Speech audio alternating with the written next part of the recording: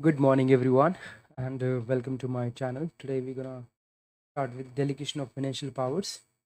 तो हम इसको जब शुरू करते हैं तो सबसे पहला ही जो है इसके अंदर है short title and commencement.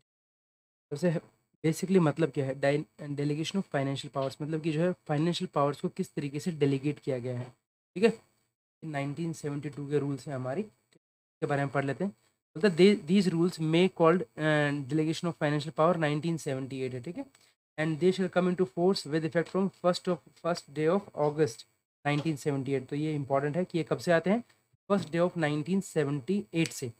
Power to relax the president being satisfied that it is necessary और expedient so to do may by general और स्पेसिफिक ऑर्डर रिलैक्स कर सकते हैं। पावर किसी ऑल और any provision of these rules in relation to any authority, मतलब president जो है ऑल इन ऑल जो है प्रेसिडेंट के पास जो सारी पावर्स हैं, अगर वो चाहे तो वो रिलैक्स कर सकते हैं। ठीक है, any of the provisions all, या फिर अगर चाहे तो सारे के सारे, as well as any provisions. ठीक है, of these rules in relation to any authority. ठीक है, delegate to any authority powers in addition to the powers delegated under these rules.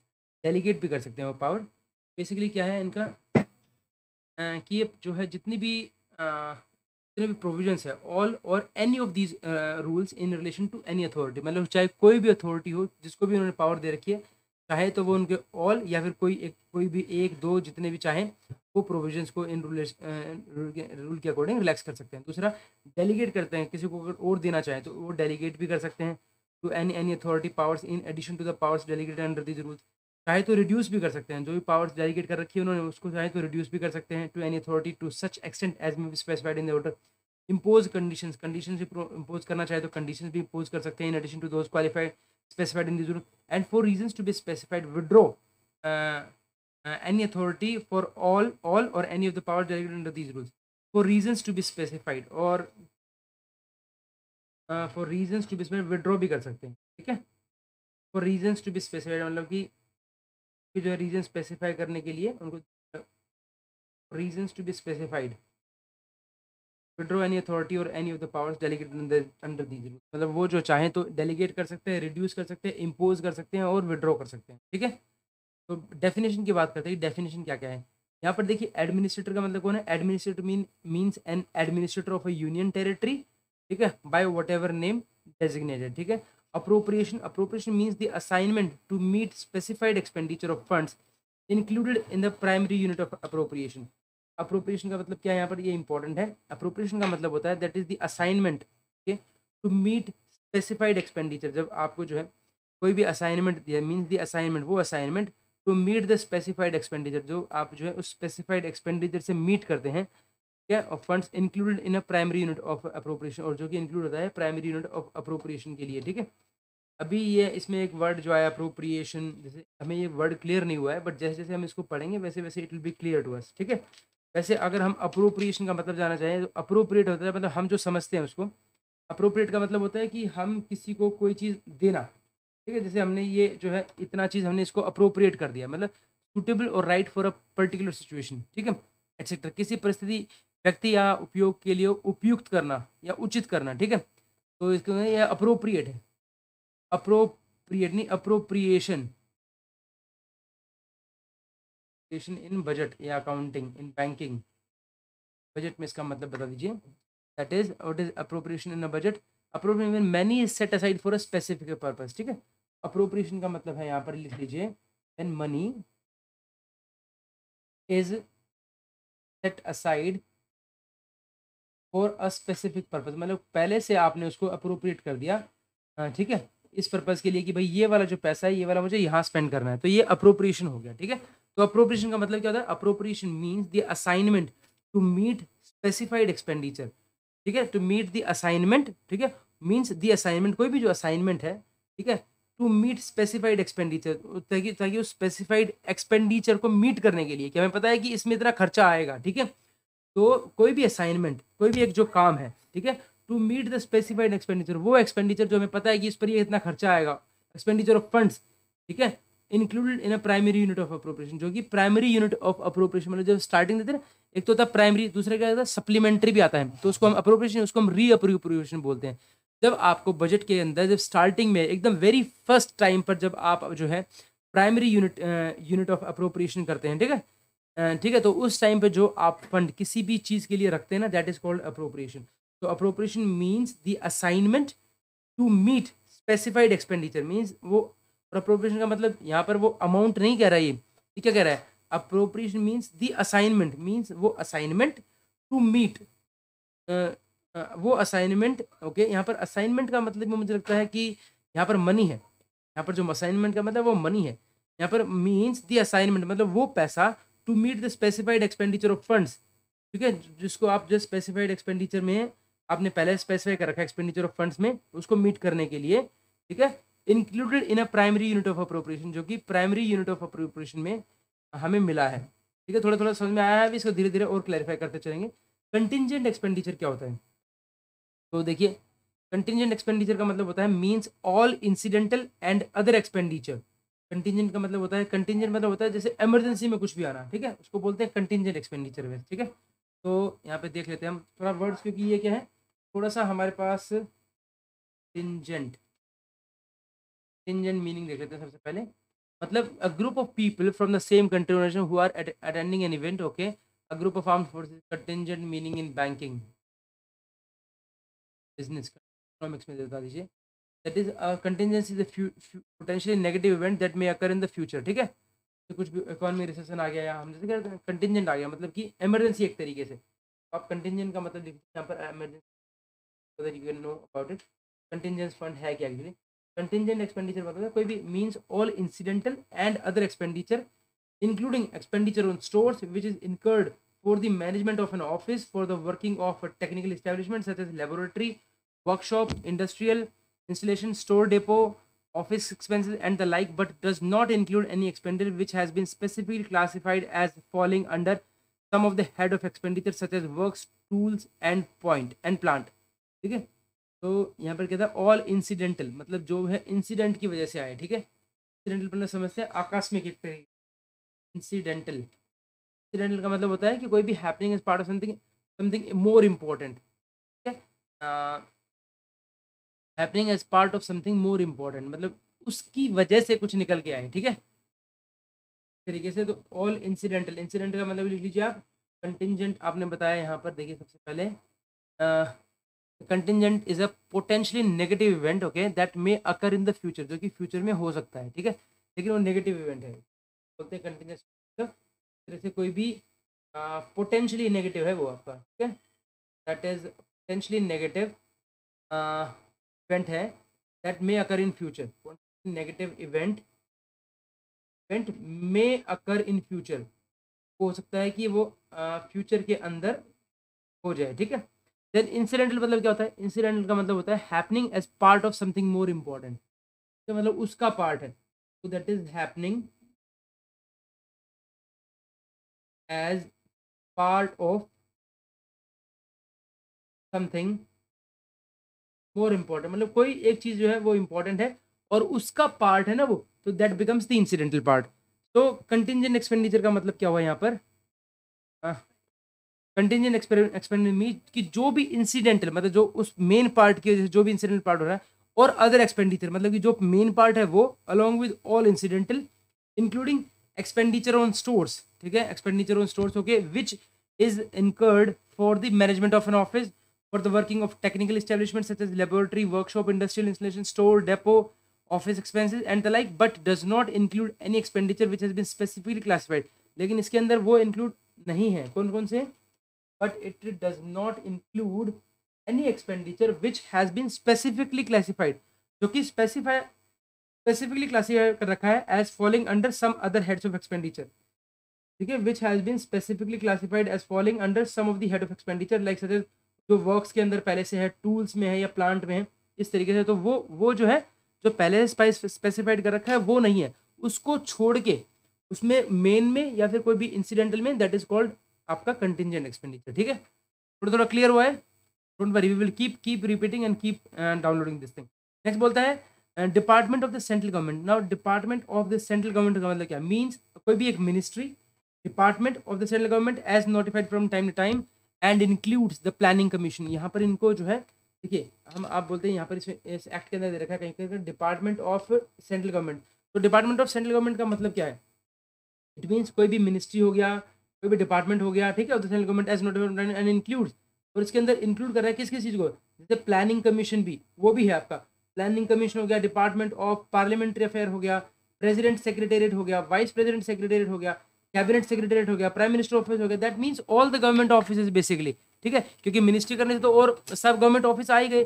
अब इसके अलावा जो भी बचते हैं, like planning commission, department of parliamentary affairs, president secretary, vice president secretary, cabinet secretary और prime minister office, everything is included into this department. मतलब यहाँ पर डिपार्टमेंट जो है हमें देखना पड़ेगा किस कंटेक्स्ट में बात हो रही है, then we will get to no.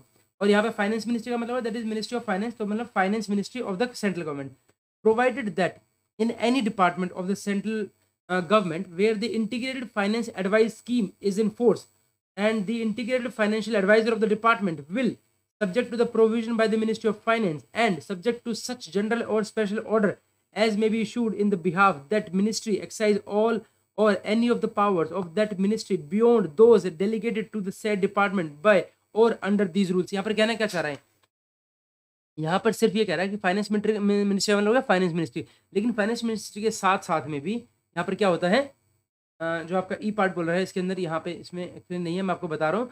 Finance ministry का मतलब है कि provided that in any department, ये किसी भी डिपार्टमेंट में, सेंट्रल गवर्नमेंट के किसी भी डिपार्टमेंट में जहाँ पर इंटीग्रेटेड फाइनेंस, जिसको हम IFD कहते हैं ना, तो हम क्या कहते हैं, IFD, integrated finance advice scheme is in force, वहाँ पर तो ये IFD जो आते हैं डिपार्टमेंट के अंदर, वो किससे ज्यादा, वो इंटीग्रेटेड फाइनेंस एडवाइस स्कीम है, एडवाइस करने के लिए आते हैं, क्योंकि इंटीग्रेटेड मतलब इंटीग्रेटेड है, एक तरीके से इंटीग्रेटेड पार्ट होते हैं वो उस मिनिस्ट्री के ही, लेकिन जितनी भी फाइनेंशियल पावर्स होती है ना, वो जो परमिट नहीं है, जो नहीं दी गई है सेक्रेटरी को उस डिपार्टमेंट के, but yes with the consultation of these IFD, वो जो है आप अप्रूव करा सकते हो, वो आपकी पावर जो है वो बढ़ जाती है कहीं ना कहीं। तो यहाँ पे कह रहा है फाइनेंस मिनिस्टर मतलब that in any department of the central government where the integrated finance advice scheme is in force, जो है फोर्स में है, तो इंटीग्रेटेड फाइनेंशियल एडवाइजर जो भी IFA जिसको बोलते हैं ना, तो ये IFA है जो है of that department will subject to the supervision of the ministry of finance, supervision किसकी रहेगी, सुपरविजन तो ऑब्वियसली मिनिस्ट्री की रहेगी, फाइनेंस की रहेगी, and subject to such general और special order as may be issued in that behalf by that ministry, और जो है एंड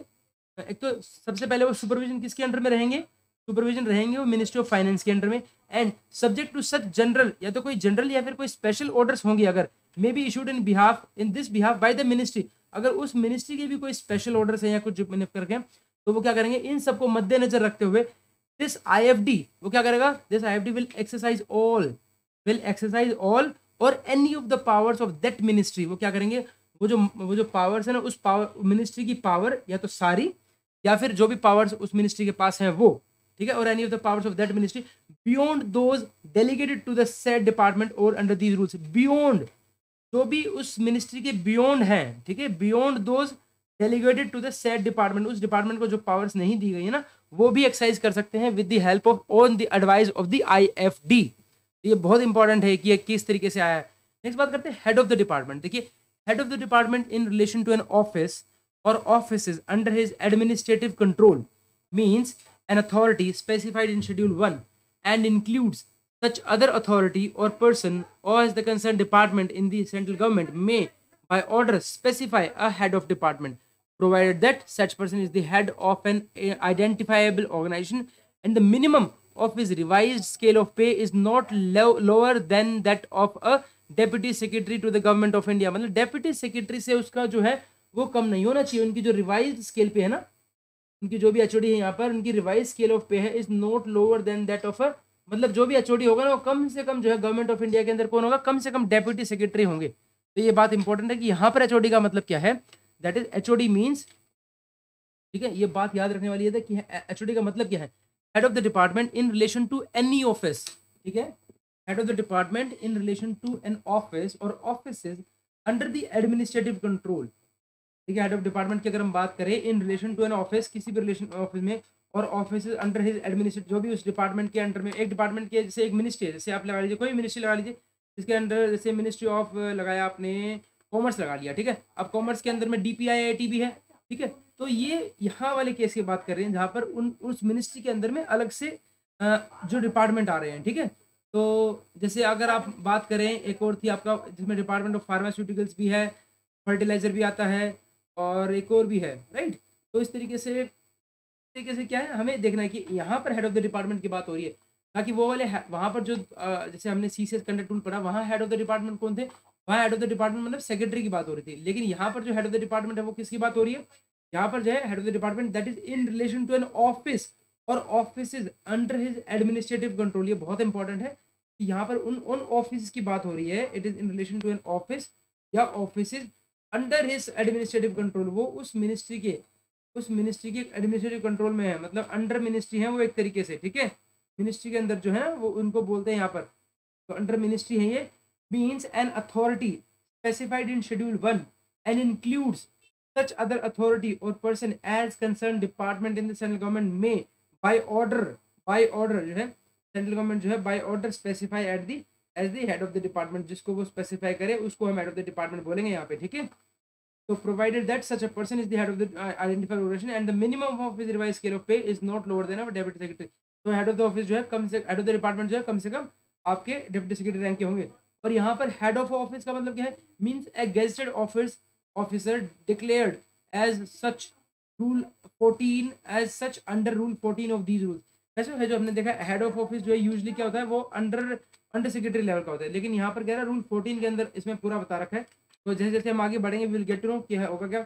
नेक्स्ट बात करते हैं मिसलेनियस एक्सपेंडिचर। अब ये मिसलेनियस एक्सपेंडिचर क्या होता है, देखिए means all expenditure other than expenditure falling under the category of pay and allowances of the government servant, leave, salary, pension, contingencies, grants in aid, contributions, works, tools and plants and the like। मतलब इसके अलावा जो कुछ भी बच गया ना भाई, इसके अलावा जो कुछ भी बच गया वो सब कुछ मिसलेनियस एक्सपेंडिचर के अंडर में आ गया। वो क्या होता है, मतलब कि जैसे इट मीन्स ऑल एक्सपेंडिचर, मतलब सारा का सारा एक्सपेंडिचर, ठीक है। Other than expenditure falling under the category of, मतलब है अदर देन लिख लीजिए, मतलब इस चीज को हटा देना यहाँ पे, other than expenditure falling under the category of. अब किस का है, जैसे मान लीजिए पे एंड अलाउंसेस, तो पे एंड अलाउंसेस है तो वो अलग कर दिया, ठीक है। लीव हो गया, लीव सैलरी हो गया, पेंशंस हो गई, कंटिजेंसी हो गया, ग्रांट इन एड हो गया, contributions, then we have works, tools and plants and the like. तो मतलब कि मिसलेनियस का मतलब है कि कोई भी all the expenditure other than expenditure following under the category of. तो यहाँ पे हमें पता भी चल गया किस तरीके से कि कौन कौन सी जो है एक्सपेंडिचर हमारे पास होते हैं। तो एक तो कौन सा होता है, पे एंड अलाउंस हो गया एक तरह, ठीक है। और लीव सैलरी, जिसके अंदर पे एंड अलाउंस के अंदर क्या आ जाएगा, उसके अंदर लीव सैलरी आ जाएगा, पेंशन आ जाएगा, ठीक है। फिर हमारे पास आ गया, मतलब ये भी एक्सपेंडिचर होते हैं ना हमारे पास। फिर हमारे पास आता है कंटिजेंसी, फिर हम ग्रांट्स इन एड होती है, फिर कुछ कॉन्ट्रीब्यूशन होता है, then we have works, tools and plant like, ठीक है। इस तरीके से जो है हमारा ये मिसलेनियस एक्सपेंडिचर में काउंट होगा। नेक्स्ट बात करते हैं नॉन रिकरिंग एक्सपेंडिचर की। नॉन रिकरिंग एक्सपेंडिचर क्या है, मतलब नॉन रिकरिंग का मतलब है जो कि फ्रिक्वेंट ना हो, बार बार ना हो, means expenditure other than recurring expenditure. ये बहुत अच्छी डेफिनेशन दी इन्होंने कि यहाँ पर अदर देन रिकरिंग एक्सपेंडिचर, ठीक है। और रिकरिंग मतलब क्या होता है, रिकरिंग का मतलब जो बार बार एक्सपेंडिचर होता है दैट इज रिकरिंग एक्सपेंडिचर, ठीक है। तो ये बात देखिए, रिकर एक बार इसको देख लीजिएगा आप, डेफिनेशन क्या है इसकी। रिकरिंग का मतलब क्या होता है, रिकरिंग मतलब होता है that is to happen again and many times, जो होता है दैट इज कॉल्ड रिकरिंग, ठीक है। तो इसमें क्या बोलते हैं आपका, that is non recurring expenditure means the expenditure other than the recurring expenditure. Primary unit of appropriation, यही हम पूछ रहे थे ना कि प्राइमरी यूनिट ऑफ अप्रोप्रिएशन क्या है। That means a primary unit of refer to, बहुत अच्छा डेफिनेशन दे रखा है यहाँ पे इसकी भी, means a primary unit of appropriation refer to in rule 8। तो हम ऐसा करते हैं यार, ये ना तो जाके एक बार चेक कर लेते हैं कि है क्या एग्जैक्टली। तो यहाँ पर देख हम पहुंच गए इस पर, प्राइमरी यूनिट ऑफ अप्रोप्रिएशन में। दैट मींस अ ग्रांट और appropriation for charge expenditure is distributed by sub heads और standard objects under which it shall be accounted for. Each sub head, standard object head against which the provision for expenditure appears constitutes a primary unit of appropriation. The primary unit may include provision of both voted and charged expenditure, and in that case the amount of each is shown separately.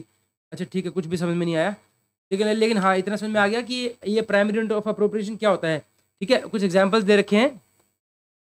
तो it shall B, जैसे हम अगर budget वगैरह देखते हैं तो उसके अंदर होता है ना, सैलरीज का एक हेड बना दिया, वेजेस का, डियरनेस अलाउंस का, over time allowances, then we have travel expenses, conveyance, deputation and travel abroad of scientist. Office expenses का होता है जो ज़्यादातर यूज होता है, पेमेंट फॉर प्रोफेशनल्स भी यूज होता है, rent, rates, taxes, royalty, publication, advertisement, advertising, sales and publicity expenses, grants and aid for contribution और subsidies, scholarships and stipends, hospitality expenses और sanctuary allowances, secret services expenditure, major work, minor work, machinery and equipment of tools, plants, motor vehicles, maintenance, investments or loans, material and supplies, interest and dividends, pension, gratuities, depreciation, inter-account transfers, write-off of losses, suspense और भाई other charges. तो सब कुछ होता है इसके अंदर, ठीक है। तो चलिए हम उसके बारे में बाद में बात करेंगे। तो प्राइमरी यूनिट ऑफ अप्रोप्रिएशन आपको समझ आया क्या होता है, ठीक है, ठीक है। Then we have public works. Public works का मतलब होता है that means civil works. Public का मतलब civil works and irrigation, navigation, embankment and drainage work. That's really important कि पब्लिक वर्क्स का मतलब जैसे हमें समझ में आता है, सिर्फ हम सोचते हैं सिर्फ मतलब पब्लिक वर्क्स का मतलब सिविल वर्क समझते हैं, नहीं, सिविल वर्क के साथ साथ में क्या है, सिविल वर्क्स एंड इरिगेशन। अगर इरिगेशन का भी काम है तो वो भी पब्लिक वर्क्स में है। नेविगेशन, ओके, एम्बैंकमेंट, ठीक है, एंड ड्रेनेज वर्क्स। तो आप एक तरीके से आप ये मान सकते हो कि ये जो पब्लिक वर्क्स है ना, अगर आप इसको किसी फील्ड से जोड़ दें, ठीक है, पब्लिक वर्क्स को आप किसी फील्ड से जोड़ दें अगर, तो you can get to know, मतलब आप इसको रिलेट कर पाएंगे कि सिविल वर्क हो गया, जैसे वहाँ पर मान लीजिए आपने कोई ट्यूबवेल बना दिया, ट्यूबवेल के जो है साइड में आपने सिविल वर्क, ईंट वगैरह मसाला वगैरह लगा दिया, तो वो आपका हो गया खेत में जो ट्यूबवेल लगाया ना आपने, वो आपने सिविल वर्क कर दिया। इरिगेशन तो होगी, पानी जा रहा है भाई आगे की तरफ, वो जो ट्यूबवेल लगाया आपने वो उससे किसे लगाया है, इरिगेशन की तो लगाया है, इरिगेशन भी हो रही है। नेविगेशन, उसके लिए आप जो है मिट्टी के जो रास्ते बनाते हैं ना, ठीक है, वो आपने बना दिए मिट्टी के रास्ते खेत में ताकि पानी पहुंच सके। एम्बैंकमेंट कर दिया, अगर एम्बैंकमेंट नहीं बनाएंगे तो पानी तो इधर उधर पूरे खेत में फैल जाएगा ना, आपको तो सिर्फ जहां पर पहुंचाना वहीं जाना है, तो इसके लिए एम्बैंकमेंट भी लगाएंगे। और ड्रेनेज वर्क एक्स्ट्रा है, कुछ भी उसको ड्रेन करना है किस किस तरीके से, तो ये एक तरीके से आप इसको फील्ड से रिलेट कर लीजिए कि तो पब्लिक वर्क्स का मतलब हमने लगाया कि कोई भी खेत में काम हो रहा है, दैट्स इट, ठीक है। तो उसके अंदर सारा आ गया। सिविल वर्क्स हमें लगता ही था, irrigation, navigation, embankment and drainage works, that is हमारा पब्लिक वर्क्स। बात करते हैं रीअप्रोप्रिएशन की, कि रीअप्रोप्रिएशन मतलब क्या होता है। देखिए रीअप्रोप्रिएशन का मतलब है means the transfer of funds from one primary unit of appropriation to another such unit. मतलब कि क्या मतलब, कहने का मतलब ये है कि प्राइमरी यूनिट से प्राइमरी यूनिट में ही जाएगा। Means the transfer of funds from one primary unit of appropriation to another such unit, ठीक है। ट्रांसफर होगा इसमें, ट्रांसफर ऑफ फंड्स, ठीक है, from one primary unit of appropriation, primary unit से दूसरे के पास ही पहुंचेगा, टू अनदर सच यूनिट। पूरा बोला गया यहाँ, पूरी सच यूनिट मतलब प्राइमरी से प्राइमरी ट्रांसफर होगा। Recurring expense means expenditure which is incurred at periodic intervals. Periodic intervals में जो होता रहता है, जैसे मान लीजिए हर 1 महीने में, हर 2 महीने में, हर 3 महीने में, तो वो रिकरिंग एक्सपेंडिचर हो जाता है हमारे पास, ठीक है। Then we have subordinate authority. Subordinate authority मतलब क्या समझते हैं, मतलब जो भी उससे नीचे वाली जो authority, that is called subordinate authority. Means a department of the central government और any authority subordinate to the president. अच्छा, सबऑर्डिनेट मतलब है department of the central government और any authority subordinate to the president, okay. तो यहाँ पर subordinate authority का मतलब है यहाँ पर means a department of authority subordinate to the president, ठीक है। Any authority subordinate to president, okay. तो मींस अ डिपार्टमेंट हो गया कोई भी, ऑफ द सेंट्रल गवर्नमेंट और any authority subordinate to the president. तो यहाँ पे हम जो सोच रहे थे कि सबऑर्डिनेट अथॉरिटी मतलब कि जो हमारे सेक्रेटरी साहब से जो भी नीचे हो गया उनको हम सबऑर्डिनेट अथॉरिटी बोलेंगे, नहीं। सबऑर्डिनेट अथॉरिटी का मतलब है यहाँ पर कि प्रेसिडेंट से नीचे जो कुछ भी है सब सबऑर्डिनेट अथॉरिटी, ठीक है। तो इस तरीके से the terms and expression under used in these rules and not defined but defined in the General Financial Rules GFR 1963 shall have the meanings respectively assigned to them in the General Financial Rules। देखिए जो भी terms या expression जो है इस rule में use हुई हैं और यहाँ पर डिफाइन नहीं कही हैं, लेकिन जीएफआर में अगर आप वो डिफाइन हो रखी है तो shall have the meaning respectively assigned to them in the GFR। तो जैसे जीएफआर में लिख रखा है बिल्कुल वही की वही माना जाएगा, ठीक है। चलिए आगे चलते हैं। तो इसके साथ साथ में आप जीएफआर मतलब साथ साथ पढ़ें तो दिस विल हेल्प अस। तो बोलते हैं आगे general limitations on power to sanction expenditure. अब कुछ जनरल लिमिटेशंस हैं, कुछ भाई आपने लिमिटेशंस लगा दी हैं to on power to sanction expenditure कि भाई आप जो है इतना ही जो है खर्च कर सकते हैं, इससे ज़्यादा जो है नहीं कर सकते हैं। तो उसके बारे में देख लेते हैं। That no expenditure shall be incurred from the public revenue except on legitimate objects of public expenditure. मतलब अगर लेजिटिमेट नहीं है ना भाई साहब तो आप कुछ नहीं कर सकते। No expenditure shall be incurred from the public revenue except on legitimate objects. तो कोई भी मतलब कि नो एक्सपेंडिचर जो है shall be incurred from the public revenues except on legitimate objects of public expenditure, ठीक है। तो पब्लिक एक्सपेंडिचर अगर आप कोई भी करते हैं आप उसके लिए तो वो लेजिटिमेट होना चाहिए, पहली बात। A subordinate authority may sanction expenditure or advances of public money in those cases only in which it is authorized to do so. जिनमें ऑथराइज है, यहाँ पर सबऑर्डिनेट अथॉरिटी का मतलब क्या हो गया आपका मिनिस्ट्री डिपार्टमेंट, ठीक है, ठीक है, कोई भी मिनिस्ट्री लगा लीजिए, ठीक है, या फिर डिपार्टमेंट लगा लीजिए कोई भी, तो बोलता है दैट मे सैंक्शन एक्सपेंडिचर और advance of public money in those cases in which is only in money in those cases only, इसमें सिर्फ उन्हीं में कर सकती हैं in which it is authorise to do so, जिनमें वो ऑथराइज है, ठीक है, in which it is authorise, इसमें वो ऑथराइज है, सिर्फ उसी में ही कर सकते हैं, बाकी किसी में नहीं, किसी में भी कर लेंगे आप, ठीक है। नेक्स्ट है the provision of any law for the time being in force, ठीक है, इसके अलावा होता है कि general limitations on power to sanction expenditure, बोलता है the provisions of any law, अगर कोई भी प्रोविजंस हैं, मान लीजिए कोई लॉ का कोई आ गया, आपने लॉ, किसी लॉ ने आपको ऑथराइज कर दिया, तो under the provisions of any law for the time being in force, जो भी लॉ है उसके अकॉर्डिंग कर सकते हैं, ठीक है। अब यहाँ पर जैसे बोल रहे हैं ना कि सबऑर्डिनेट अथॉरिटी जो है वो सैंक्शन कर सकती है अगर आप ऑथराइज हो, तो ऑथराइज कैसे कैसे हो सकते हो आप, ऑथराइज हो सकते हो आप through provision of any law, किसी भी लॉ ने ऑथराइज कर दिया आपको, ठीक है, तो आपने कर लिया, ठीक है जी। these or any rules issued by or with the approval of the president, मान ली ये जो रूल्स है ना, these or any other rules, ठीक है, अगर ये प्रेसिडेंट ने आपको दे दिया, ऑथराइज कर दिया, तो आपने कर लिया, ठीक है। या फिर एनी जनरल और special order of the president, मान लीजिए कोई भी स्पेशल ऑर्डर या फिर जनरल ऑर्डर निकाल दिया ऑफ द प्रेसिडेंट, प्रेसिडेंट निकाल दिया, फिर किसी भी कॉम्पिटेंट अथॉरिटी उन्होंने निकाल दिया अपने तरफ से, ठीक है, तो इस केस में जो है आप ये एक्सरसाइज पावर जो है अपनी एक्सरसाइज कर पाएंगे। बोलता है nothing contained in sub rule 2, तो सब रूल 2 के अंदर है आपका मेंशन यहाँ पर, ठीक है, ऊपर वाला ही आपका, shall empower any subordinate authority to sanction without the previous consent of the finance ministry any expenditure which involves the introduction of a new principle or practice likely to lead to increased expenditure in future unless the said expenditure has been subjected to scrutiny and agreed to by the finance ministry before its inclusion in the budget, ठीक है। Okay, I just tell you, give me 1 minute please.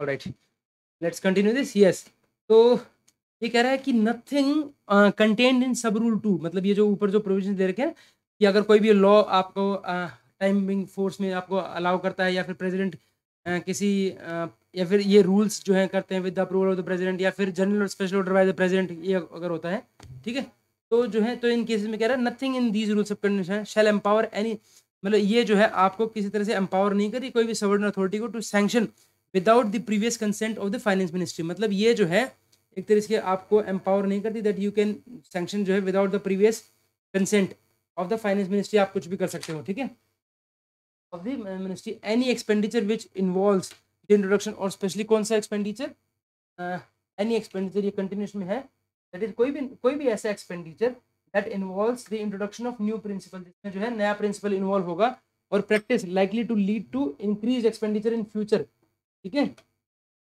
मतलब कोई भी अगर involves the introduction, ये बहुत important है, introduction of new principal, अगर मान लीजिए कोई भी नया है जिसका मतलब आप जिसका हेड ही नहीं बन रखा आपने, ठीक है, और आपने कह दिया भाई मेरे पास तो 5 लाख की पावर है और 5 करोड़ की पावर है, आपने उठा के जिसमें आपका हेड ही नहीं है, तो आप उसको विदाउट हेड कैसे आप इसको यूज़ करोगे? नहीं कर सकते ना आप इसको विदाउट हेड। तो इस केस में बोला गया है that nothing contain in this sub rule 2, जो है कुछ भी इस सब रूल 2 के अंदर जो भी कंटेंट है, शेल एम्पावर नहीं करेगा आपको, ठीक है, any subordinate authority to sanction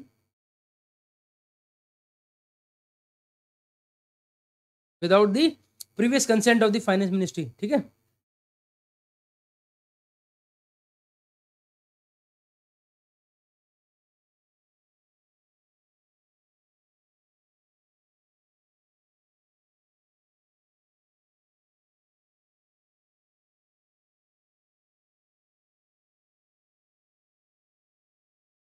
तो एक तरीके से है, अगर मान लीजिए आप ऑथराइज भी हो गए हैं, ठीक है, दैट मीन्स आपको हेड तो चाहिए उसको, यू नीड अ हेड।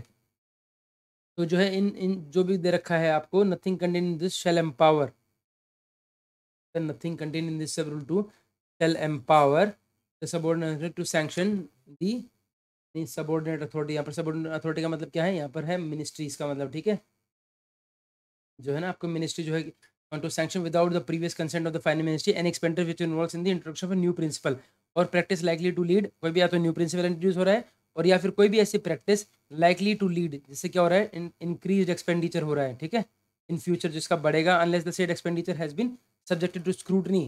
ठीक है, अनलेस जो है the said expenditure has been subjected to scrutiny and agreed to by the finance ministry before its inclusion in the budget, before its inclusion in the budget बहुत important है, before its inclusion in the budget। ठीक है, तो जब तक आप नहीं कर सकते। moreover a subordinate authority shall exercise the power to sanction expenditure subject to any general or special order, direction or stipulation which the authority delegating or redelegating such power may issue or prescribe from time to time। के साथ में क्या बोलता है कि a subordinate authority shall exercise the power। ठीक है, जो भी कोई subordinate authority है, shall exercise the power, उनको वो पावर एक्सरसाइज करनी है, to sanction expenditure subject to any general special order direction with the authority redelegating such power may issue prescribe from time to time। मतलब ये ऐसा नहीं है कि आपको एक बार जो पावर ऑथराइज कर दी वो होगी, नहीं, इसके अलावा जो है आपको जो अगर मान लीजिए दोबारा से कुछ पावर आपके या फिर वो कुछ सैंक्शन लगाते हैं या फिर सबऑर्डिनेट अथॉरिटी, ऐसा नहीं है कि एक बार जो पावर मिल गई तो मिल गई, no, a subordinate authority shall exercise the power to sanction expenditure subject to क्या है, सब्जेक्ट मतलब सब्जेक्ट तो रहेगा ही रहेगा उसमें, क्या, सब्जेक्ट टू एनी जनरल और special order direction which the authority delegating और delegation such powers may issue. ठीक है, तो such powers may issue from time to time any general या कोई भी special order which the authority delegating. ठीक है, जो भी अथॉरिटी डेलीगेट जो जिसने आपको पहले पावर दी है, अगर वही अथॉरिटी आपको दोबारा बोलती है कि हाँ जी अब ये, तो फिर वो ऑटोमेटिकली चेंज हो जाएगा। ठीक है, देन नेक्स्ट आता है आपके पास रेजिड्यूरी फाइनेंशियल पावर की, जो रेजिड्यूरी है मतलब छूटी छूटी जो सब कुछ बच गई, जो वो क्या है, all financial powers not specifically delegated to any ministry any authority by these rules shall vest in the finance ministry. ये बहुत इंपॉर्टेंट है कि जो भी पावर छूट गई, जो भी पावर्स किसी को डेलीगेट नहीं की गई, इसका मतलब वो किसके पास है, that shall vest in the finance ministry के पास होंगी वो। ठीक है, इफेक्ट ऑफ सैंक्शन, अब सैंक्शन का इफेक्ट क्या होगा? देखिए सबसे पहले तो सैंक्शन यही होता है ना, सैंक्शन का मतलब अभी आपने जो उसको वो जो एक्सपेंडिचर है, वो जो एक्सपेंडिचर हुआ है या कोई भी एक्सपेंडिचर करना है, सैंक्शन का मतलब है कि आपने उसको अपने तरफ से अप्रूवल दे दी, सैंक्शन का मतलब ये है, राइट। तो बोलता है no expenditure shall be incurred against a sanction unless funds are made available to meet the expenditure और लायबिलिटी बाय वैलिड अप्रोप्रिएशन और रीअप्रोप्रिएशन। मतलब कि आप कोई भी जो है कोई भी sanction shall be incurred, no sanction shall be incurred, कोई भी जो सैंक्शन है वो इनकर नहीं होगा against a sanction unless funds are made. ठीक है, unless funds are made available to meet the expenditure और liability to meet the expenditure और लायबिलिटी बाय वैलिड अप्रोप्रिएशन या रीअप्रोप्रिएशन। किसके थ्रू? या तो आप रीअप्रोप्रिएशन करेंगे उसका बाय वैलिड रीअप्रोप्रिएशन करेंगे या अप्रोप्रिएशन। आपके पास मीन्स आपका कहने का मतलब आपके पास पैसा होना चाहिए, अगर आपके पास उस बजट हेड में पैसा है तो ही आप उसको यूज कर सकते हैं, अदरवाइज आप उसको यूज नहीं करेंगे। बोलता है अ सैंक्शन टू रिकरिंग एक्सपेंडिचर और liability becomes operative when funds to meet the expenditure or liability of the first year are made available by valid appropriation or reappropriation. ठीक है, बोलता है a sanction to recurring expenditure, कोई भी एक sanction जैसे आपने लिया टू रिकरिंग एक्सपेंडिचर, मतलब जो चीज जो बार बार हो रही है ना, तो उसका सैंक्शन जो है टू रिकरिंग एक्सपेंडिचर और लाइबिलिटी बिकम्स ऑपरेटिव, वो तब शुरू होती है when funds to meet the expenditure और liability of the first year are made, जब पहले उनको जो है आपको फंड्स मिले हो उस चीज के लिए, ठीक है, made available by valid appropriation और रीअप्रोप्रिएशन और by advance from the contingency fund, या फिर किसी केस में मान लीजिए कुछ ऐसा लगा कि जिसमें आपको कंटिजेंसी फंड से लेना पड़ा, तो जो है आपको वो चीजें रिकरिंग कर सकते हो, आप उसको बार बार मिलना शुरू हो जाता है, एज द केस में be, and remains effective for such subsequent year subject to appropriation in such years and subject also to the terms of the sanction, कि आपको कितनी परमिशन मिली है। जैसे मान लीजिए आपने कोई भी ले लीजिए, जैसे मान लीजिए अभी कोविड आया था, मान लीजिए कोविड की तरफ से एक नया हेड क्रिएट कर दिया मान लीजिए, ठीक है,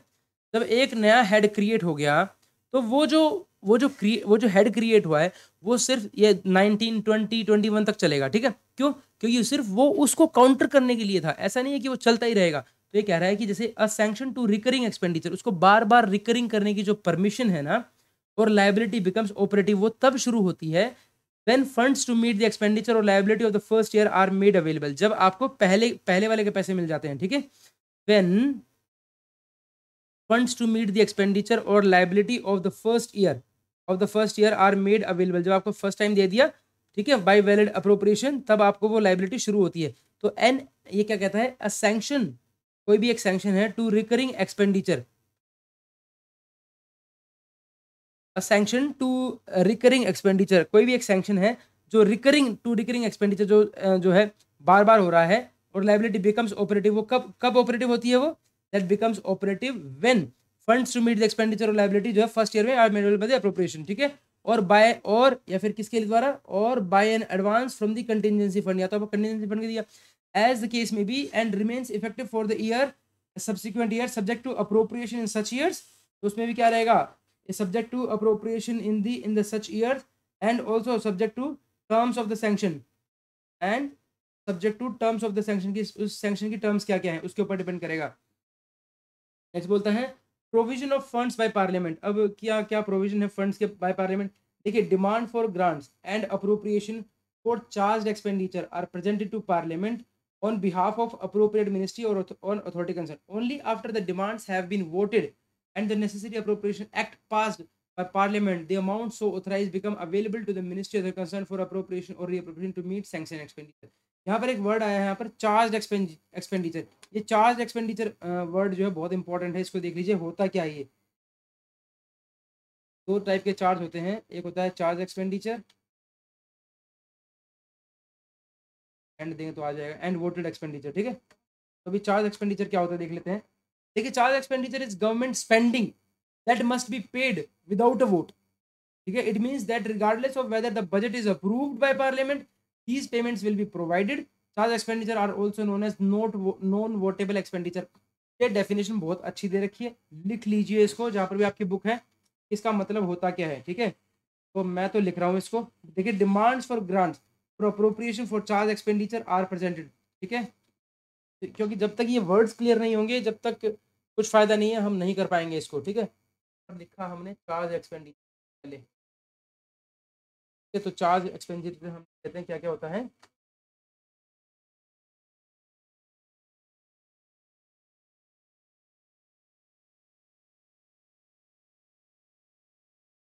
charge expenditure that is government spending, okay, that must be paid without vote. It means that regardless of whether budget is approved by parliament,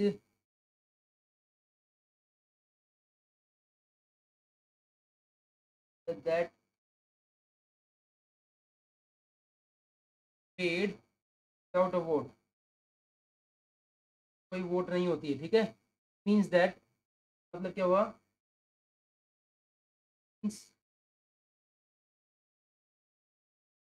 that regardless of whether the budget is approved ये matter नहीं करता कि budget approve हुआ है या नहीं हुआ है बाय द पार्लियामेंट, ठीक है। Parliament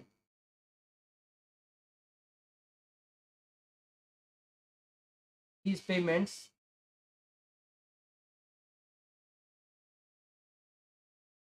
provided, okay, or charge expenditure also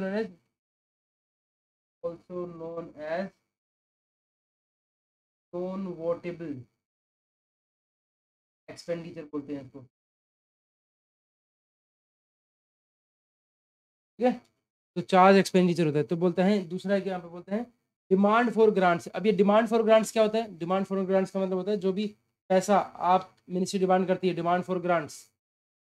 demand for grants का मतलब होता है close to 130 article because it require that so much of the estimate of expenditure from the consolidated fund of India included in the annual financial statement as are not charged on the fund shall be submitted in the form of demand for, नहीं आया कुछ भी समझ में। So the provision for revenue and capital expenditure grants to state and union territories government loan and advances are also included in the grant demand, ठीक है। okay, demand for grant बता दीजिए भाई।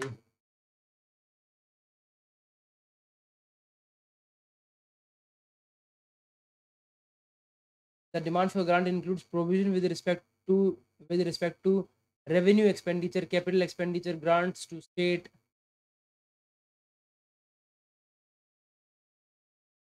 लैंग्वेज बता दो। समझ में तो आ रहा है लेकिन हम सोच रहे हैं लैंग्वेज में कुछ बता दें, ये रहेगा, यही पढ़ने हैं। देखिए बोलता है demand for grant, demand for grants is the form in which estimates of expenditure जितना भी हो रहा है from the consolidated fund included in the budget and required to be voted upon in the Lok Sabha are submitted in person this, हाँ ठीक है। Estimate of expenditure कि मतलब कितना, बेसिकली आप एस्टिमेट ऑफ एक्सपेंडिचर से समझ सकते हो, ठीक है। That is demand for grant is the form in which estimate of expenditure from the consolidated fund included in the budget are required to be voted upon. लेकिन यहाँ पर तो ये कह रहे हैं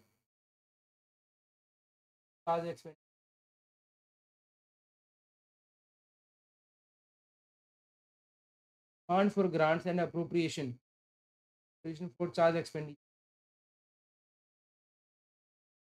डिमांड ऑफ ग्रांट का मतलब क्या हुआ, demand of grant is the form in which estimates of expenditure, estimate of expenditure, the demand for grants includes provisions with respect to revenue expenditure, capital expenditure, grants to state, union territories, government together with loans, advances. Generally one demand for grant is presented in respect of each ministry, however large ministries and demand more than one demand is presented, ठीक है। मतलब clear तो हो रहा है लेकिन थोड़ा सा इस कंटेक्स में हम समझना चाहेंगे इसको कि बोलता है डिमांड फॉर ग्रांट्स, मतलब कि डिमांड फॉर ग्रांट मतलब, डिमांड फॉर ग्रांट मतलब कि पूरा ओवरऑल एक तरीके से, ठीक है। बोलता है डिमांड फॉर ग्रांट्स मतलब हो गया demand for grant is the form in which estimate of expenditure या फिर demand for grant includes provision with respect to revenue expenditure, capital expenditure, that include, इसका मतलब होता है provisions with respect to revenue expenditure, capital expenditure, grants to state, union territory government together with loans and advances. Generally one demand for grant is presented in,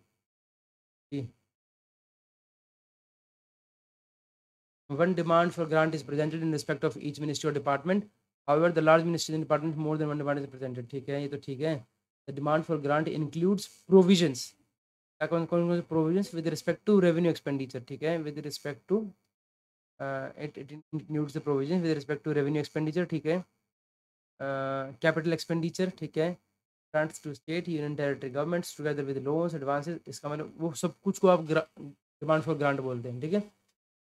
okay is the form in which estimate of expenditure, हाँ पूरा सबका estimate of expenditure from the consolidated fund, ये बहुत important है कि consolidated fund से ही होता है ये, included in the annual budget and required to be voted upon in the Lok Sabha, and required to be voted upon in Lok Sabha, ठीक है। अबे वोटेड अपॉन का मतलब क्या है, वोटेड अपॉन जिसपे वोट होती है, वोट नहीं, ये भी अलग मिलेगा voted upon.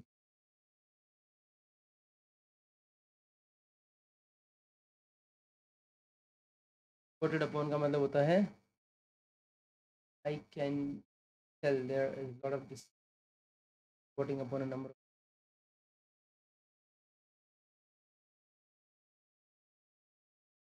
borrowed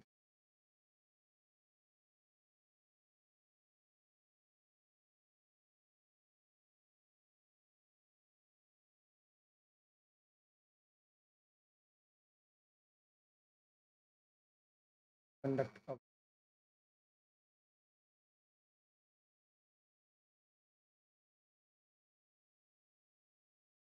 voted upon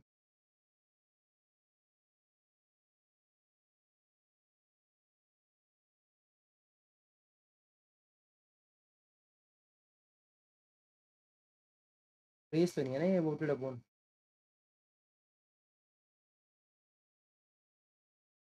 decide a particular course of action or the outcome of some order through an organized vote तो यही है a decision about something by using a ballot select something as such as vote on to hold vote और referendum okay इसका मतलब वही है जो हम सोच रहे हैं okay तो द डिमांड फॉर यहाँ पे बोलता है हम नंबर 7 पर अगर यहाँ पर आते हैं हम इसको तो बोलता है द डिमांड फॉर ग्रांट्स ठीक है डिमांड फॉर ग्रांट्स मतलब पूरा सब कुछ ओवरऑल हो गया ठीक है and appropriation for expenditure and appropriation जो भी ये charge appropriation for charge expenditure appropriation समझिए ना जो भी चार्ज एक्सपेंडिचर मतलब government spending that must be paid without a vote तो डिमांड फॉर ग्रांट हो गया जिनके ऊपर ये सब कुछ आएगा और अप्रोप्रिएशन हो गया जिन जिन में जो मिनिस्ट्री को मिलेगा जो पैसा ठीक है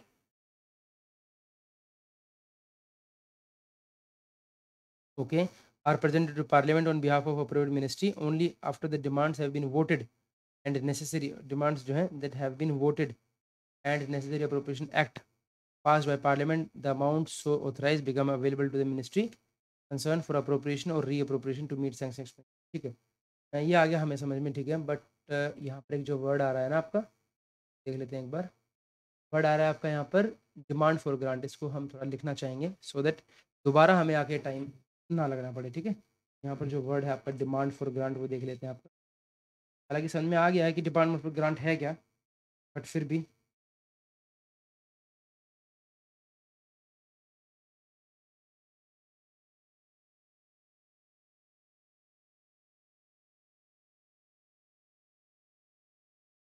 आई would like to write this here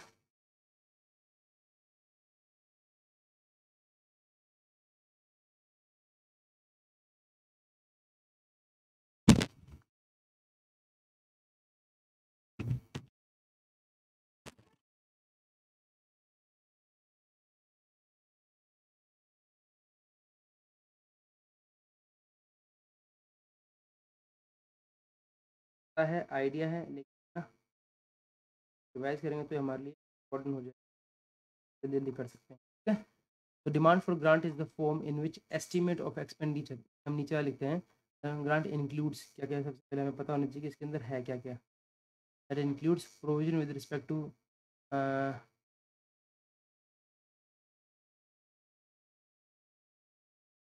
includes provisions with respect to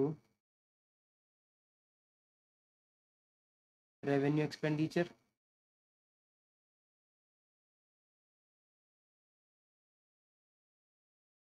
capital expenditure grants to the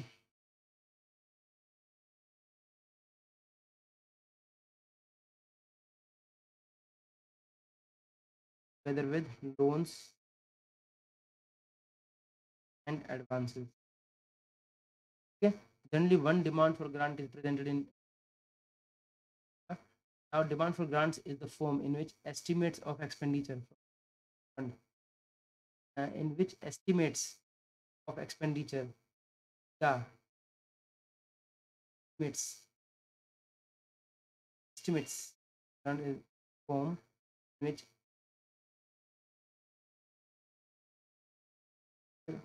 from the consolidated fund included in the annual financial required to be submitted and are submitted to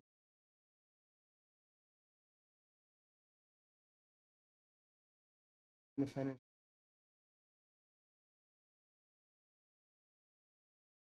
estimate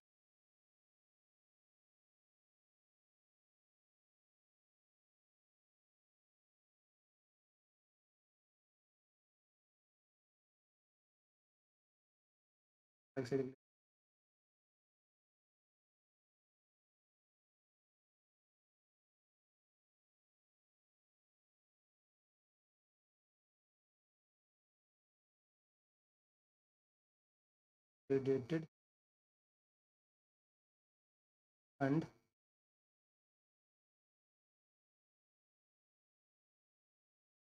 limited.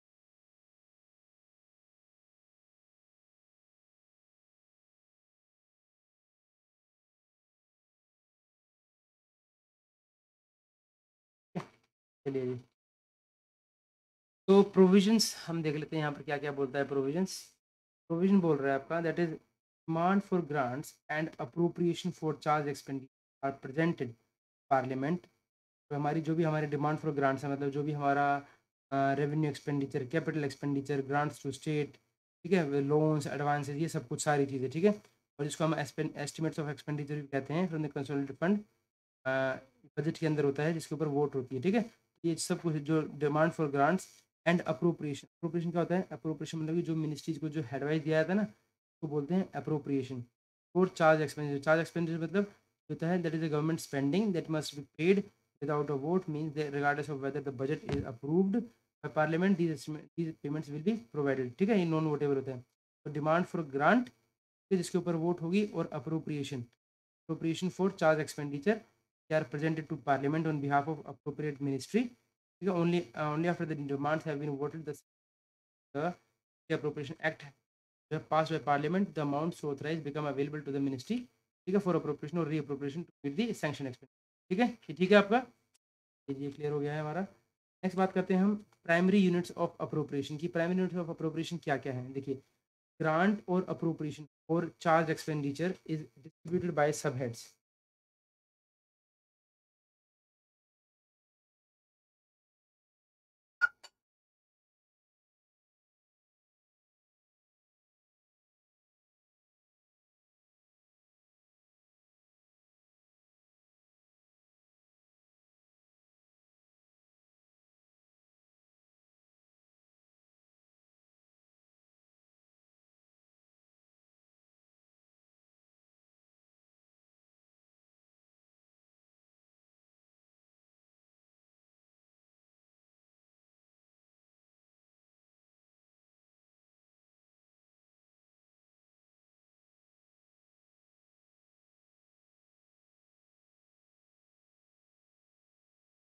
Okay, बात करते हैं हम यहाँ पर primary units of appropriation. Primary units क्या क्या है appropriation की? That is a grant, grant और अप्रोप्रिएशन। अप्रोप्रिएशन का मतलब समझ गया आपको? कोई भी इसको अप्रोप्रिएशन का मतलब कोई भी ग्रांट फॉर चार्ज एक्सपेंडिचर, ठीक है। और चार्ज एक्सपेंडिचर भी समझ गए आप कि यहाँ पर कोई भी एक ग्रांट मतलब कि जो मतलब पूरा जो एक्सपेंडिचर जिसको आप मान रहे हो ना एक तरीके से, ठीक है। तो बोलता है ग्रांट और अप्रोप्रिएशन फॉर चार्ज एक्सपेंडिचर, ठीक है, इज डिस्ट्रीब्यूटेड। ये जितना भी आपको मिला ना अप्रोप्रिएशन फॉर चार्ज एक्सपेंडिचर, मतलब जो भी आपको अप्रोप्रिएशन मिली है, जो हेड के अकॉर्डिंग जो पैसा मिला ना आपको, जितना भी for charge expenditure, that is distributed by sub heads और standard objects under which it shall be accounted for. तो जो है से पहले हैं ये प्राइमरी यूनिट्स ऑफ अप्रोप्रिएशन क्या क्या होती है वो समझ लीजिए। दैट इज अ ग्रांट और अप्रोप्रिएशन फॉर, और appropriation for charge expenditure is distributed. जो भी आपको अप्रोप्रिएशन मिली है आपको, ठीक है, for charge expenditure,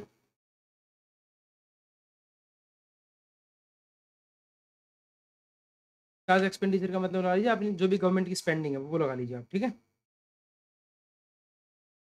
charge expenditure लगा लीजिए यहाँ पर गवर्नमेंट स्पेंडिंग, आप इस तरीके से याद कर लेंगे। अगर इनको ब्रेक नहीं करेंगे तो फिर ये याद नहीं रह पाए।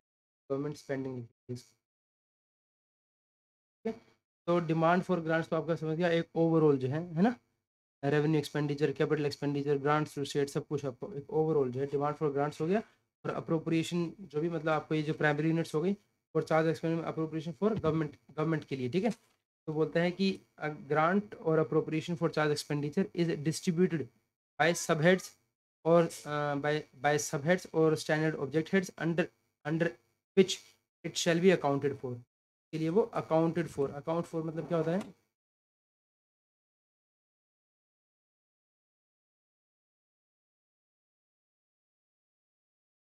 चीज को अकाउंट फॉर करना, मतलब उसको to show what happen to, accounted for मतलब होता है अकाउंटिंग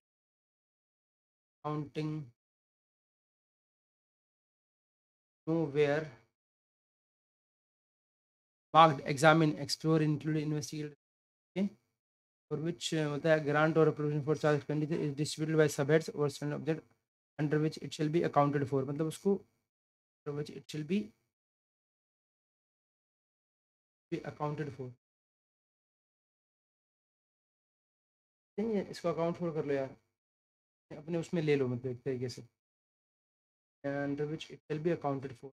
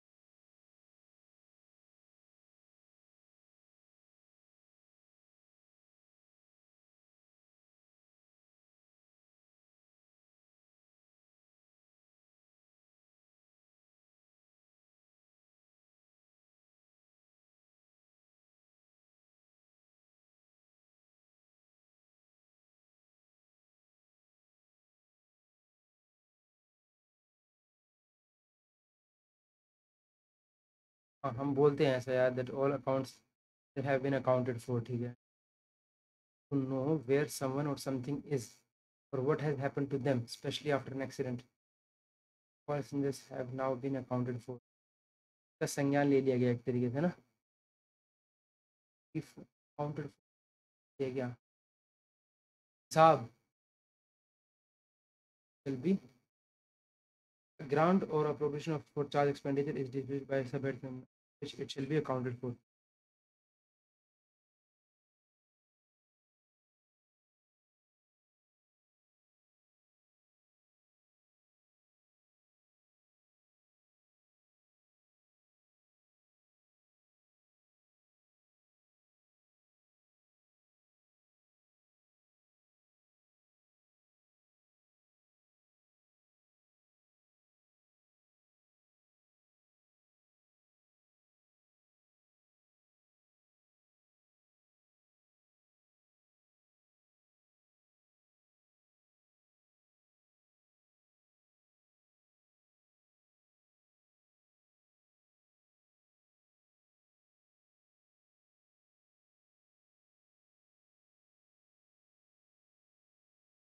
Okay, बोलता है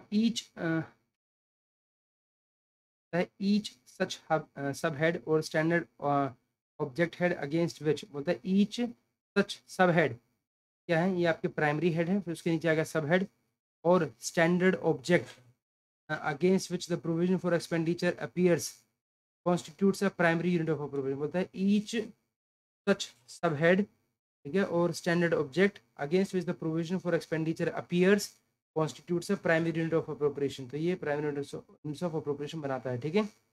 द प्राइमरी यूनिट्स में include provision for both voted and charge expenditure and in that case the amount of each is shown separately. वहाँ पर दोनों हो सकते हैं, वोटेड भी हो सकता है और चार्ज एक्सपेंडिचर भी होता है, ठीक है।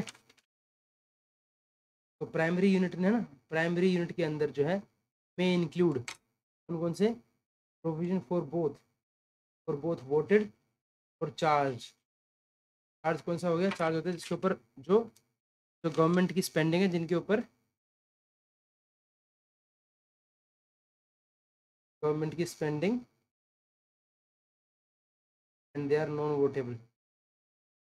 तो प्राइमरी यूनिट में हो सकता है कि वो भी इंक्लूड हो, बोथ वोटेड और दोनों होते हैं, and in that case the amount of each is shown separate, अलग अलग दिखाया जाता है, ठीक है। देखिए दोबारा पढ़ेंगे इसको, दैट इज अ ग्रांट और अप्रोप्रिएशन। तो ये ग्रांट ओके, और अप्रोप्रिएशन फॉर चार्ज एक्सपेंडिचर, ठीक है, या फिर appropriation for charge expenditure is distributed by sub heads और स्टैंडर्ड ऑब्जेक्ट हेड्स। तो ये सब हेड या फिर स्टैंडर्ड ऑब्जेक्ट हेड्स की फॉर्म में दिया जाता है, ठीक है।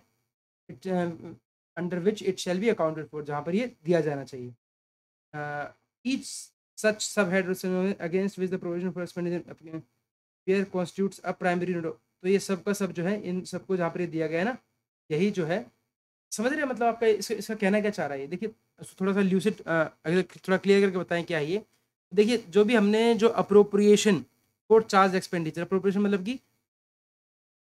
मतलब कि जो भी गवर्नमेंट की स्पेंडिंग है हमारी, ठीक है, अप्रोप्रिएशन फॉर अप्रोप्रिएट करना, उसको अप्रोप्रिएट करना मतलब कि देना उसको एक तरीके से। हमने देखा है यहाँ पे appropriation means the assignment to meet specified expenditure, ठीक है। आराम से समझिए इसको, अप्रोप्रिएशन मतलब कोई आपको अप्रोप्रिएट कर रहा है, वो अमाउंट दे रहा है एक तरीके से, ठीक है। तो फॉर चार्ज एक्सपेंडिचर मतलब उस चार्ज एक्सपेंडिचर की, वो जो गवर्नमेंट स्पेंडिंग, जैसे आप सैलरीज में ले रहे हैं, ये नीचे जो लिखा हुआ है वेजेस में आपको पैसा चाहिए, क्लियरेंस अलाउंस में पैसा चाहिए, ठीक है। तो इसके लिए अप्रोप्रिएशन मतलब एक तरीके से ग्रांट, ठीक है। तो वो क्या कह रहा है कि कोई भी जो आपको पैसा चाहिए ना गवर्नमेंट से इस तरीके से, फिर इसके लिए गवर्नमेंट स्पेंडिंग के लिए, that is distributed by the sub heads. ये किसमें, इनको डिस्ट्रीब्यूट किया जाता है सब हेड के अंदर, ठीक है, जिनको हम सब हेड भी बोलते हैं, स्टैंडर्ड ऑब्जेक्ट हेड्स भी बोलते हैं, ठीक है। ये जो नीचे दे रखे हैं, यही यही सब कुछ मिला के प्राइमरी यूनिट ऑफ अप्रोप्रिएशन बनती है आपकी। तो ये क्या है, ये जो पैसा जो दिया जाता है, ये आपको सब हेड्स में दिया जाता है या फिर स्टैंडर्ड ऑब्जेक्ट हेड्स में दिया जाता है। विच it shall be accounted for, जो कि जिसमें जिसमें अकाउंटेड फॉर मतलब विच it shall be accounted for, जिसमें जिसमें अकाउंट फॉर हो, जिसमें जिसमें देना चाहिए वो पैसा एक तरीके से। ईच ईच सच सब हेड और स्टैंडर्ड ऑब्जेक्ट हेड, ये जो जितने भी है, against which the provision for expenditure appears constitutes, ये सब के सब मिला है क्या क्या बनाता है, प्राइमरी यूनिट ऑफ। देखिए क्या तो रखा है, ईच, हर एक जो है सब हेड या फिर जो स्टैंडर्ड ऑब्जेक्ट हेड है, against which the provision for expenditure appears, इसके लगता है कि हाँ इसमें प्रोविजन है एक्सपेंडिचर का, that constitutes a primary unit of appropriation, वो प्राइमरी यूनिट ऑफ अप्रोप्रिएशन बनाता है। एंड द प्राइमरी यूनिट में इंक्लूड प्रोविजन फॉर बोथ, इसके अंदर दोनों हो सकते हैं, वोटेड भी हो सकता है इसके अंदर और चार्ज भी हो सकता है। And in that case the amount of उनको हम अलग अलग शो करते हैं, ठीक है। तो यहाँ पर ये जो आपको 27 की लिस्ट दे रखी है ना, ये हो सकता है इसके अंदर चार्ज वाले भी हो और इसके अंदर वोटेड वाले भी हो, दोनों हो सकते हैं, ठीक है। ये आ गया समझ में आपको। चलिए इसके बाद चलते हैं, द फाइनेंस मिनिस्ट्री में add to the primary units specified in sub rule 2, ठीक है जी, एनी अदर प्राइमरी यूनिट और prescribe an entirely different set of unit. हाँ वो तो कर ही सकते हैं, अगर मान लीजिए कुछ भी कोई ऐसी चीज़ आ गया, जैसे मैंने आपको एग्जांपल दिया भाई कोविड-19 में कुछ अलग से डील करने के लिए आ गया, तो वो कहाँ से करेंगे, तो उसके अकॉर्डिंग फाइनेंस मिनिस्ट्री अलग से एक प्राइमरी यूनिट बनाएगी उसके लिए और उसमें उसमें पैसा दे देगी, ठीक है। या फिर इन प्राइमरी यूनिट्स में से कोई एक छोटा सा अलग से निकालेगी उनको और उसमें उसमें पैसे दे देगी, ठीक है। तो इस तरीके से ये ठीक है। ये आगे चलते हैं हम, आपका एक लिस्ट दे रखी है आपको कहीं ना कहीं इसकी कि हाँ,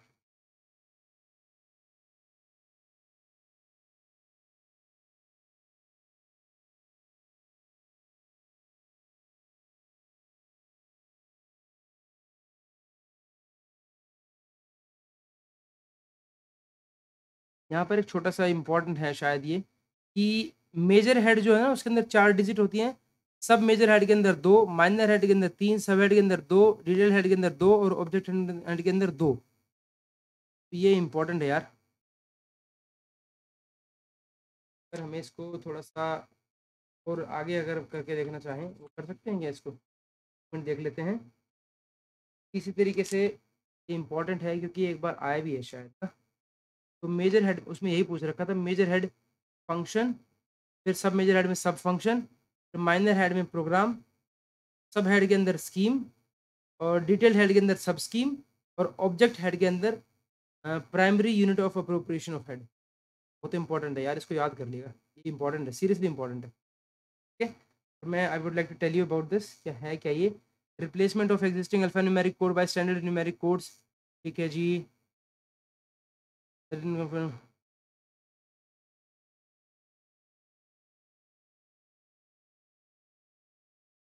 पहले जैसे भी चलता हो उसको चेंज करके उन्होंने ये कर दिया। तो मिनिस्टर जो है may keep in view of the undermention and direction with regard to the numeric codification at the preparation of the detailed grant for grant. The number of tiers of classification in the detailed demands for grant should not go beyond the standard 6 tiers. इससे आगे नहीं जाएगी, ठीक है, जैसे इससे इससे ज़्यादा नहीं बढ़ेगा। At present in number of detailed demand for grants the number of tyres go well beyond 6। लेकिन अब आपसे पूछ रहे कि नंबर ऑफ टायर्स कितने हैं, यही इंपॉर्टेंट है यार यहाँ पे, तो है ना। द नंबर ऑफ टायर्स जो हैं, नंबर ऑफ टायर्स कितने हो गए अब आपके पास, 6 हो गए। ठीक है, जिसमें ये हो सकता है, तो कितने हुए आपके पास, हो गए, ये भी इंपॉर्टेंट है पहली चीज़। क्या बोलता है, should not go beyond the standard 6 tyres. ये टायर्स कौन कौन से हैं आपके पास, टायर्स हैं जो यहाँ पे दिखा रखे हैं आप, ये टायर्स आप, ठीक है। इसका नाम पहला बनता है major head, sub major head, minor head, सब हेड, डिटेल्ड हेड और ऑब्जेक्ट हेड, ये नाम आएंगे आपके, ये याद कर लीजिएगा। ठीक है, at present in number of detailed head for grant the number of realign, तो इन्हीं में ही आपको बांटना है। तो ये देखा गया कि क्या क्या क्या इनमें कितने कितने डिजिट्स होती हैं। मेजर हेड में कितनी होती है, 4। ठीक है, तो standard code numbers alluded to major head, sub major minor in the list of major are followed in the detailed demand for grant. ठीक है, at the object head level also standard sub heads and codes history. ठीक है, the codes followed by this in case where the detailed demands presently stop at third and fourth or fifth tier, the presentation may continue to follow the same pattern, but the last tier must indicate the object head। जो last वाला है वो object head को show करना चाहिए। The detail demand for grant should accordingly be prepared. जी, चलो कोई बात नहीं, आप ये याद कर लीजिए। मेजर हेड पहले तो 6 टायर होते हैं, ये तो हमें समझ में आ गया। ठीक है, और ये टायर किसके हैं, of these are number of tiers of classification in the detail demands for grants. ये बहुत इंपॉर्टेंट है, very important, that is the number of tiers of classification in the detailed demand for grants। okay, तो आप mark भी कर ले ऊपर से, ये इंपॉर्टेंट है।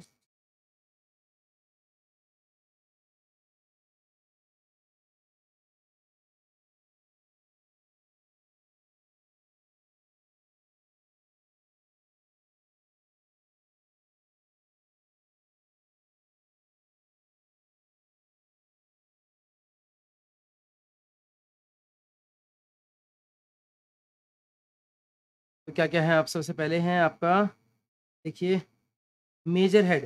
मेजर हेड में शुरू में 4 डिजिट आएंगी, ठीक है। देन वी हैव सब मेजर हेड। नॉट श्योर कि यहाँ पर अगर हमें हमारे पास वो मिल जाए डिमांड फॉर ग्रांट, तो मैं उसको दिखा सकता हूँ आपको।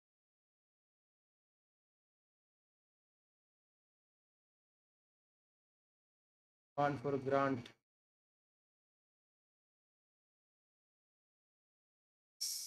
है हमारे पास, ये रहा, देखिए।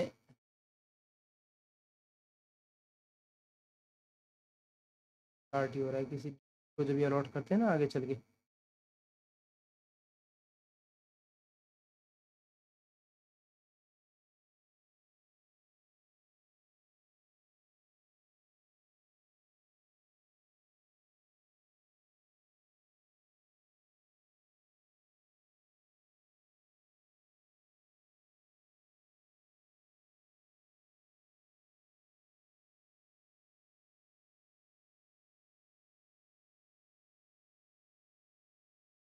जो मैं यहाँ पे मेजर हेड्स वगैरह दिखाना चाह रहा हूँ वो यहाँ पर है नहीं, वाले में हूँ।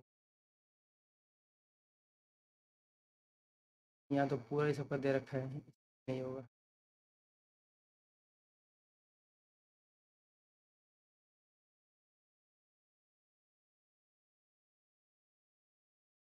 हमारे पास जो डिमांड ऑफ ग्रांट आता है जो ऑफिस के अंदर, वो थोड़ा सा अलग होता है इसके अंदर। यहाँ पर दे रखा है ना, देखिए, ये मेजर हेड दे रखा है यहाँ पर, उसके अंदर पूरा होता है, मेजर हेड भी है, फिर अलग हेड्स भी दे रखे होते हैं उसके।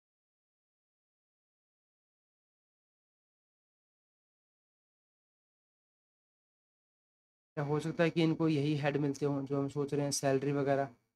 सैलरी वगैरह तो बहुत कॉमन है, सबको मिलता है वो तो।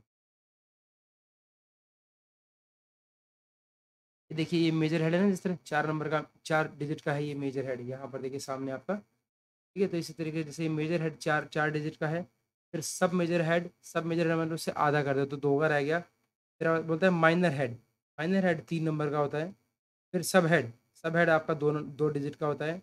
फिर डिटेल्ड हेड दो दो 2 का होता है, और फिर ऑब्जेक्ट हेड होता है 2 डिजिट का। तो I would like to learn this because ये बहुत इंपॉर्टेंट है। तो सब मेजर हेड होता है मतलब आपका फंक्शन क्या है उसका, एक तरीके से। ठीक है, मेजर हेड क्या होता है, आपका फंक्शन क्या है उसका। फिर आता है आपका सब मेजर हेड, मतलब कि आपका सब फंक्शन क्या है उसका। ठीक है, पहले फंक्शन, सब फंक्शन, तो मेजर हेड में आ गया फंक्शन, सब मेजर हेड में आ गया आपका सब फंक्शन। फिर आया माइनर हेड। माइनर हेड बोलता है कि कौन से प्रोग्राम के लिए पैसा चाहिए आपको। ठीक है, फिर उसी का माइनर हेड क्या होता है, सब हेड मतलब स्कीम क्या है उस प्रोग्राम के अंदर है। फिर कहता है डिटेल्ड हेड। डिटेल्ड हेड मतलब उसकी सब स्कीम क्या है। फिर ऑब्जेक्ट हेड मतलब प्राइमरी यूनिट ऑफ अप्रोप्रिएशन क्या है उसकी। ये तो प्राइमरी यूनिट ऑफ अप्रोप्रिएशन जो है वो बड़ी लोअर लेवल पे आके खुलती है। अदरवाइज इससे ऊपर जो है, ये 6 टायर है एकदम, classification in the detailed gram.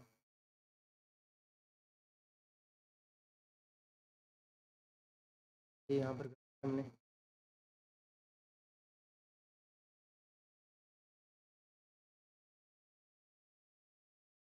Grant for grant की बात करें अगर हम, आई थी ना यार, 2022 दिखा दो यार, डिटेल्ड।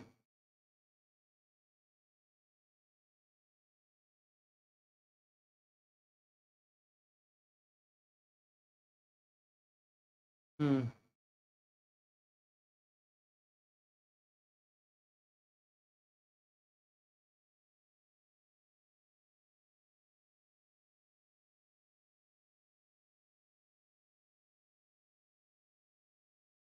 हाँ ये राइट राइट ऐसे आता है, देखिए ये रहा, फॉरनर ट्रैवल एक्सपेंसेस ये हुआ, लेकिन वो उसमें पूरा लिखा हुआ होता है कि ये किस हेड के अकॉर्डिंग कितना है।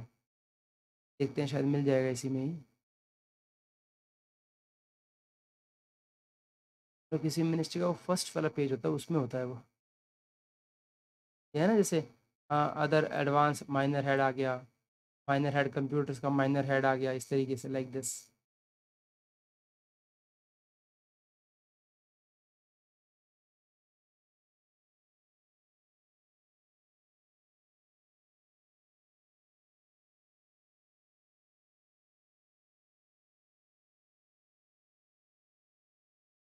देखिए ऐसे होता है, ऊपर लिखा होता है इस तरीके से, 01.00.55 इस तरीके से, ये ऐसे करते करते 4 2 3 2 2 2 इस तरीके से आता है ये। ठीक है, तो 4 2 3, पहले 4 फिर 2, फिर बीच में तीसरे नंबर वाला 3 का 3 रहेगा। ठीक है, फिर 2 2 2, ये डिजिट्स तो आपको याद हो गई, ये डिजिट तो आपने सीरीज में याद कर ली। ठीक है, डिजिट्स कैसे होंगे हमारे पास, सबसे पहले आएगी 4, फिर 2, फिर 3 वाली 3 रहेगी, फिर 2 2 2। ठीक है, अब सबसे पहले हेड कौन सा होगा, सबसे पहले मेजर हेड 4 पे है, मेजर हेड का आधा यानी कि सब मेजर हेड, क्या बोलेंगे हम, सब मेजर हेड आ गया। ठीक है, आपका 2 नंबर पे, फिर आता है आपका माइनर हेड। फिर माइनर हेड को बोलते हैं हम सब हेड। माइनर हेड का आता होता है सब हेड, तो 2 हो गया। फिर आता है आपका डिटेल्ड हेड, वो 2 नंबर। फिर आता है आपका ऑब्जेक्ट हेड, वो भी आपका 2 2 डिजिट का होता है। ठीक है, इसके साथ में ये याद कर लीजिए, मेजर हेड का मतलब होता है उसका मेन फंक्शन क्या है, ओवरऑल फंक्शन है उसका। फिर उसका सब मेजर हेड मतलब उसका सब फंक्शन आ गया। फिर माइनर में आता है आपका भाई प्रोग्राम क्या है आपका, प्रोग्राम के अंदर वो स्कीम कौन सी है। फिर उस स्कीम की एक तरह से सब हेड के अंदर की एक और नहीं जाता, वो सब स्कीम क्या है आपकी। फिर ऑब्जेक्ट के अंदर आता है प्राइमरी यूनिट ऑफ ऑपरेशन और ऑब्जेक्ट हेड क्या है। ठीक है, ठीक है, इसको याद कर लीजिए, without learning we will not move ahead, आगे नहीं बढ़ेंगे, कोई फायदा नहीं है इसको आगे बढ़ने का। ठीक है, तो क्या क्या है हमारे पास, major head, sub major head, minor head, सब head, detailed head, object head. तो हमारे पास डिजिट्स तो हमें याद हो गई कि 4 2, फिर 3, फिर 3 के बाद सारे 2, यानी कि सिर्फ एक जो है, एक मेजर हेड 4 नंबर पे है, और एक माइनर हेड जो है 3 नंबर पे है। ठीक है ना, बाकी सारे 2 नंबर है, 2 2 डिजिट के मतलब एक तरीके से। ठीक है, तो हमारे पास मेजर हेड है वो 4 डिजिट का है, माइनर हेड जो है वो 3 डिजिट का है, बाकी सारे 2 डिजिट के हैं। ठीक है, पहली बात। सबसे ऊपर आता है आपका मेजर हेड की होती है 4 डिजिट। दूसरा आता है आपका माइनर हेड, सॉरी दूसरा आता है आपका सब मेजर हेड के अंदर आता है आपका 2 डिजिट हो गया। फिर आता है माइनर हेड के अंदर आता है 3 डिजिट। फिर आता है आपका यहाँ पर ना सब माइनर हेड नहीं होता, सब हेड होता है 2 नंबर का। फिर आता है आपका एक आता है डिटेल्ड हेड। हाँ, इसके बाद तो सब हेड के अंदर डिटेल्ड हेड ही आता है। ठीक है, क्योंकि 6 तो है ही ये टोटल। फिर आएगा डिटेल हेड और लास्ट वाला था ऑब्जेक्ट हेड। तो डिटेल्ड हेड हो गया और ऑब्जेक्ट हेड हो गया। तो ये होता है आपका, ये भी दोनों 2 डिजिट के होते हैं। चलो ये तो आगे समझ में। अब मेजर हेड को हम बोलते हैं फंक्शन। भाई फंक्शन क्या है आपका, आपने बता दिया कि भाई साहब ये फंक्शन है, तो दूसरा वाला सब फंक्शन होना चाहिए वैसे तो। दूसरा वाला सब मेजर हेड में आ गया आपका सब फंक्शन। माइनर वाले में बोलते हैं भाई साहब प्रोग्राम क्या है, तो माइनर में आपने बता दिया प्रोग्राम भाई साहब 3 डिजिट का है प्रोग्राम है ये। ठीक है हमारा। फिर आया आपका प्रोग्राम के बाद आ गया आपका यहाँ पर माइनर हेड ना, तो सब हेड कितना हुआ, तो सब हेड हुआ 2 डिजिट का। अब 2 डिजिट के बाद वहाँ पर क्या चला गया, वहाँ प्रोग्राम था ना, तो भाई सब प्रोग्राम क्या है इसका, सब प्रोग्राम हो गया। फिर आता है आपका डिटेल हेड होता है आपका 2 डिजिट का। फिर आपने पूछा यहाँ पर कि भाई सब हेड के बाद डिटेल हेड, राइट। तो नहीं, सब हेड आएगा स्कीम, सब हेड के मतलब स्कीम क्या है। और फिर डिटेल हेड में आएगा कि सब स्कीम क्या है। और फिर ऑब्जेक्ट हेड के अंदर या तो ऑब्जेक्ट हेड या फिर प्राइमरी यूनिट ऑफ अप्रोप्रिएशन, ठीक है। इसको दोबारा याद करेंगे, देखो अब तो मतलब हो गया है काफ़ी कुछ याद इसका। तो सबसे पहले वही आपका मेजर हेड 4 डिजिट का, माइनर हेड 3 डिजिट का, बाकी सारे 2 डिजिट के। नाम क्या क्या है, major head, sub major head, फिर माइनर हेड, फिर सब हेड, फिर आता है आपका डिटेल्ड हेड और फिर आता है आपका ऑब्जेक्ट हेड। ठीक है। अगर हम यहाँ पर बात करें तो हमारा डिजिट का पता चल गया 4 डिजिट, 3 डिजिट, सारी 2 डिजिट। फिर बात करते हैं हम अब हम बात करते हैं फंक्शन, सब फंक्शन, प्रोग्राम, स्कीम, सब स्कीम। और सब स्कीम के सबसे पहले क्या आता है फंक्शन, सब फंक्शन, फिर प्रोग्राम, फिर स्कीम, फिर सब स्कीम, और फिर आता है प्राइमरी यूनिट ऑफ अप्रोप्रिएशन या फिर ऑब्जेक्ट हेड। ये 6 हैं हमारे। ठीक है, तो इसको हम जो है हॉरिजॉन्टल वे में देखते हैं एक एक करके। ठीक है, तो सबसे पहले आता है हमारे पास ऑब्जेक्ट हेड की डिजिट होती है 4। ऑब्जेक्ट हेड की कितनी डिजिट, 4 डिजिट होती है। और इस तरफ राइट साइड में आएगा आपकी कि उसका फंक्शन क्या है। ठीक है, उसका फंक्शन क्या है, यही है ना बस। हाँ जी, 4 डिजिट और फंक्शन, ये 3 चीज़ बोली आपने। तो मेजर हेड 4 डिजिट, उसका फंक्शन। ठीक है, फिर उसके बाद हम बात करते हैं नेक्स्ट, जो हम बात करते हैं आपका मेजर हेड के बाद क्या है नंबर 2 पर आया आपका सब मेजर हेड। तो कितना डिजिट हो गए 2। और यहाँ पर इसका जो वो है सब फंक्शन, उसका फंक्शन था, यहाँ पर सब फंक्शन आ गया। नेक्स्ट बात करते हैं नंबर 3 पर है आपका माइनर की डिजिट होती है 3। और यहाँ आता है प्रोग्राम। ठीक है, और फिर यहाँ पर वापस आते हैं, इसमें ये होता है आपका माइनर का होता है सब माइनर हेड कोई टर्म नहीं होती, सब हेड होता है। सब हेड की डिजिट होती है 2। और फिर इसका ये आ गया यहाँ पर आपका कि स्कीम क्या है। फिर आता है वापस डिटेल हेड का आ गया 2 डिजिट। और ये पूछता है आपका कि सब स्कीम क्या है। फिर वापस चलेगा यहाँ पर, ये आता है आपका ऑब्जेक्ट हेड भी 2 डिजिट का होता है। और फिर ये पूछता है अच्छा बताइए इसका ऑब्जेक्ट हेड या फिर प्राइमरी यूनिट ऑफ अप्रोप्रिएशन क्या है। ठीक है, तो इस तरीके से अभी हमें समझ में आ गया, ये इंपॉर्टेंट है यार, ये this is really very important. ठीक है, चलिए आगे चलते हैं अब हम अलॉटमेंट ऑफ फंड्स के बारे में। ये यहाँ पर है, मतलब क्या क्या आपको पता होना चाहिए कि मेजर हेड के अंदर कितने डिजिट है और मेजर हेड का मतलब क्या है। मेजर हेड का मतलब है फंक्शन, सब मेजर हेड का मतलब है सब फंक्शन, माइनर हेड का मतलब है प्रोग्राम, सब हेड का मतलब है स्कीम, डिटेल हेड का मतलब है सब स्कीम, ऑब्जेक्ट हेड का मतलब है प्राइमरी यूनिट ऑफ अप्रोप्रिएशन। ठीक है, और डिटेल्स मैंने आपको बताया, मेजर की 4, माइनर की 3, बाकी सबकी 2। ठीक है, चलिए नेक्स्ट चलते हैं अलॉटमेंट ऑफ फंड्स। अब अलॉटमेंट ऑफ फंड्स की बात करते हैं। देखिए, द मिनिस्ट्री और authority on whose behalf a grant or appropriation for charge expenditure is authorized by parliament shall distribute the sanctioned funds where necessary among the controlling and disbursing officers subordinate to it। देखिए, कोई भी ministry या कोई भी authority on whose behalf a grant or appropriation for charge expenditure is authorized। देखिए, कोई भी ministry है या फिर कोई भी ऑथराइज है जिसके बिहाफ पर, ठीक है, on whose behalf a grant, जिसके बिहाफ पर भी वो जो ग्रांट है ना, ग्रांट फॉर और appropriation for charge expenditure is authorise जो की गई है जिस मिनिस्ट्री के बिहाफ पर पार्लियामेंट के द्वारा, शैल डिस्ट्रीब्यूट, उसको डिस्ट्रीब्यूट करनी चाहिए।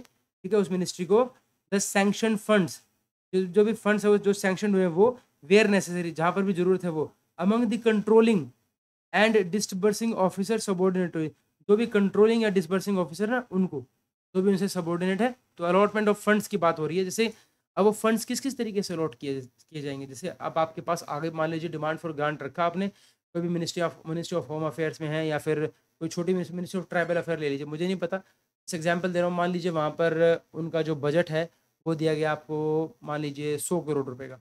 तो वो जो 100 करोड़ है उस बहुत ज़्यादा भी हो सकता है या बहुत कम भी हो सकता है, I am not sure about it. तो जैसे हम एक एग्जांपल ले रहे हैं, ठीक है, तो हमने मान लीजिए 100 करोड़ रुपए अब उस 100 करोड़ को आपको किस किस तरीके से हेडवाइज इसको बांटना है, ठीक है, आपके भाई उनको इतना देना है, उन ऑफिस को वहाँ पर पहुँचाना है, ग्रांट्स में इतना देना है, तो वो आप डिसाइड करते हैं, वो वहाँ की जो आपका बजट सेक्शन है वो इस तरीके से डिसाइड करेगा। तो यहाँ पर ये कहता है कि द मिनिस्ट्री, ठीक है, द मिनिस्ट्री और अथॉरिटी, जो भी मिनिस्ट्री है जिनके बिहाफ पर जो है एक ग्रांट फॉर अप्रोप्रिएशन जो चार्ज किया गया है authorise by the parliament, shall distribute, उनको क्या करना है, उनको डिस्ट्रीब्यूट करना है, किसको, मिनिस्ट्री को, ठीक है, ministry shall distribute the sanction fund, जो भी फंड उनके नाम पे सैंक्शन हुए ना, वेयर नेसेसरी, यहाँ पर भी जहाँ कहीं पर भी नेसेसरी है, ठीक है, where necessary, among the controlling and the disbursing officers subordinate to it, जो भी उनके नीचे ऑफिसर्स हैं, कंट्रोलिंग है, उनको उनको करना है, ठीक है। फिर बात करता है subject to any special rules और orders issued by the president, the whole और part of the provision under a primary unit may be placed at the disposal of a controlling. तो अगर मान लीजिए कोई स्पेशल रूल प्रेसिडेंट ने अपने तरफ से कोई स्पेशल रूल बना दिया, ठीक है, subject to any special rule, ठीक है, या फिर ऑर्डर इशूड बाय प्रेसिडेंट की तरफ से कुछ भी बनाया गया है, तो उस केस में क्या कर सकते हैं आप, तो वो चाहे तो आप द होल, पूरा का पूरा, या फिर part of the provision under a primary unit जो है मे be placed at the disposal of the control, तो आप चाहे तो पूरा का पूरा जो है उस कंट्रोलिंग और डिस्पर्सिंग के अंडर में दे सकते हैं, ठीक है, ठीक है।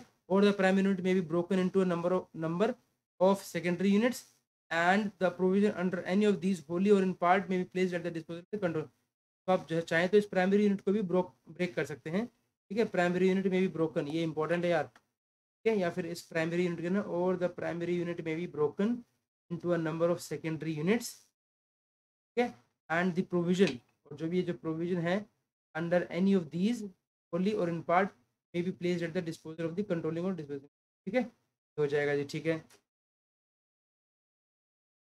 Reappropriation funds provided for new items, तो आपको कंकरेंस चाहिए ही चाहिए फाइनेंस मिनिस्ट्री का, ये तो हमने पहले भी पढ़ा है, ठीक है, पढ़ा है ना हमने कि कोई भी जो है अगर रीअप्रोप्रिएशन न्यू उसकी बात आती है ना, पढ़ा था ना हमने, जब भी आपका न्यू न्यू वाली पढ़ी थी हमने, पढ़ा जरूर है हमने इसको, जब भी आप जो है कोई नया फंड इस तरीके से बनाते हैं, फिर है ना, तो इसमें आपको फाइनेंस मिनिस्ट्री की जरूरत पड़ती है। इस तरीके से आप अगर जाना चाहे तो लिख लीजिए इसको, तो रीअप्रोप्रिएशन जो है from the funds provide for new items requires concurrence of finance ministry.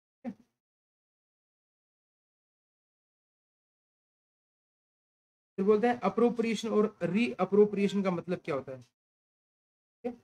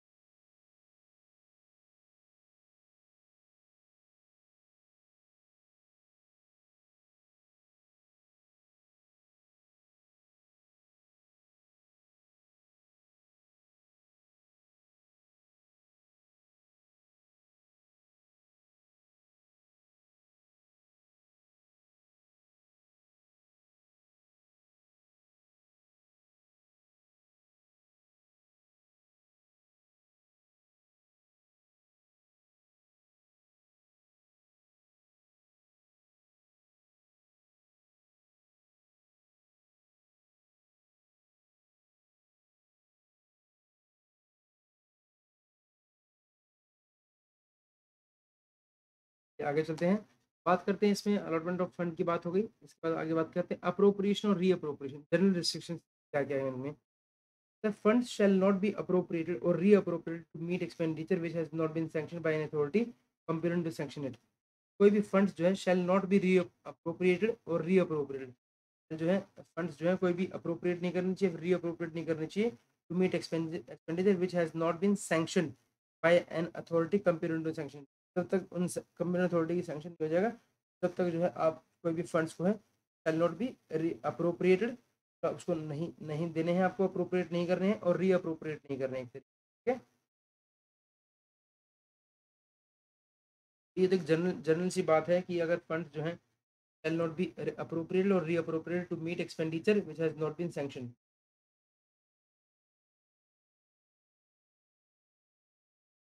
Funds shall not be appropriated, appropriated or reappropriated to which has not been sanctioned by an authority.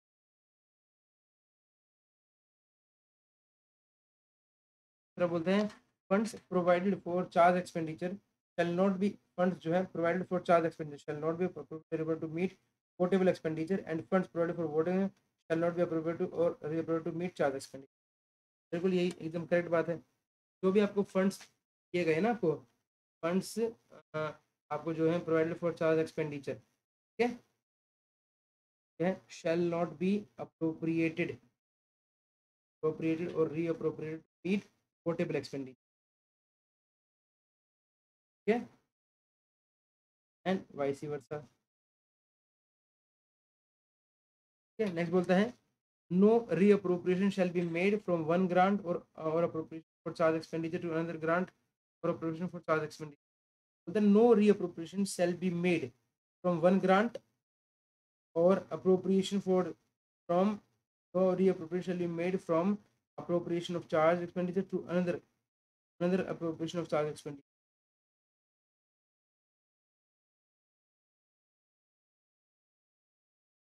Okay, पूरा लिखे ना इसमें that no without the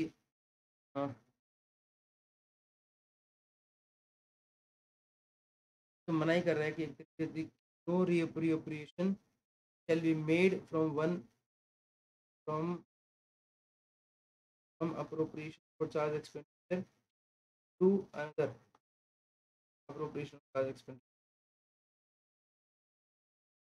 फिर बोलता है fund shall not be appropriated or reappropriated to meet expenditure on a new service or new instrument of service not contemplated in the budget as approved by parliament. हाँ, ये तो लिखा ही हुआ है कि कोई भी फंड्स जो है not be approved or reappropriated meet on a new service service not contemplated in the budget parliament. सही है आपको, ठीक है। Expenditure on works shall be subject on the following further condition. Works की बात करें to following condition क्या है।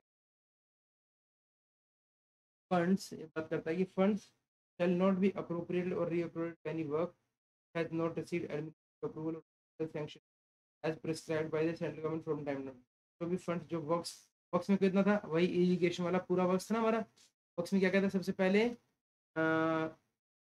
वर्क्स का मतलब क्या है सोच रहे थे आप, वर्क्स का मतलब था आपका पूरा एक तो सिविल वर्क, फिर हो गया आपका एम्बैंकमेंट, फिर हो गया आपका इरिगेशन, फिर हो गया आपका एम्बैंकमेंट, फिर हो गया आपका से है ना, मतलब आपने सिविल वर्क कराया, फिर वर्क कराने इरिगेशन के लिए भेज दिया, फिर एम्बैंकमेंट कर दी उसकी, तो वर्ड्स और थे इसके अंदर ही।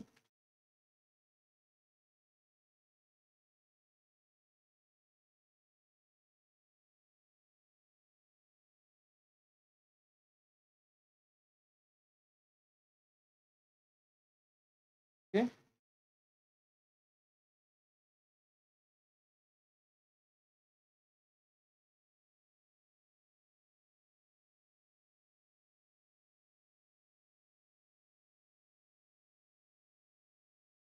तो फॉलोइंग फर्दर क्या है, हमने वर्क्स की एक जगह डेफिनेशन देखी थी।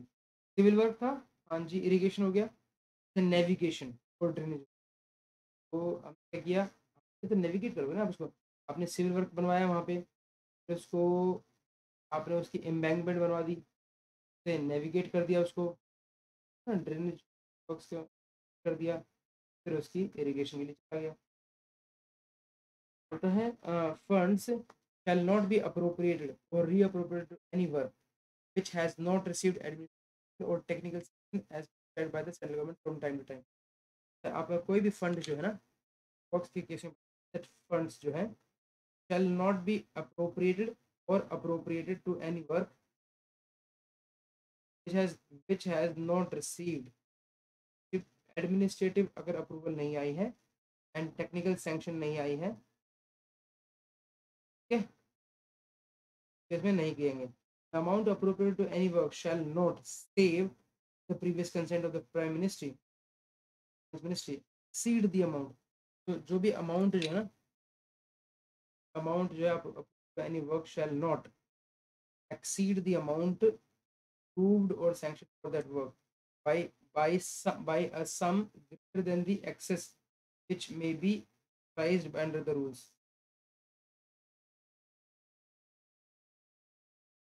Okay, so the amount appropriated to any work shall not exceed the amount approved, okay, for that work by a sum greater than the excess may be authorized. Okay, save with the previous consent of the finance ministry अगर approval है हो सकता है, otherwise नहीं। Provided that such a consent may not be necessary if savings are available, इसमें भी condition आ गई, अगर आपके पास सेविंग्स अवेलेबल है, provided that such a consent may not be necessary if savings are available, अगर आपके पास सेविंग्स अवेलेबल तो कोई दिक्कत नहीं। Elsewhere under appropriate works had to reappropriate funds to cover excess of expenditure over authorized limit of elsewhere under appropriate works had to reappropriate funds to cover excess over authorized limits of 15%, provided that such consent may not be necessary savings are available elsewhere, अगर मान लो under appropriate works had to reappropriate funds to cover the excess expenditure over authorized limits जो है इसके अंदर क्या है, over cover excess of over authorized limits to 15, provided that such a consent may not be necessary, इन cases में क्या है, वो कंसेंट की जरूरत नहीं पड़ेगी इफ सेविंग्स आर अवेलेबल, अगर सेविंग्स अवेलेबल है तो provide that such a consent जो है may not be necessary if savings are available, अगर आपके पास सेविंग्स अवेलेबल है तो such consent may not be necessary, जरूरत नहीं पड़ेगी। elsewhere under appropriate works had to reappropriate funds to cover excess of expenditure over authorized limits to 15%, okay, may not be necessary if savings are available, ठीक है, elsewhere under appropriate works had to reappropriate over authorized limit of 15,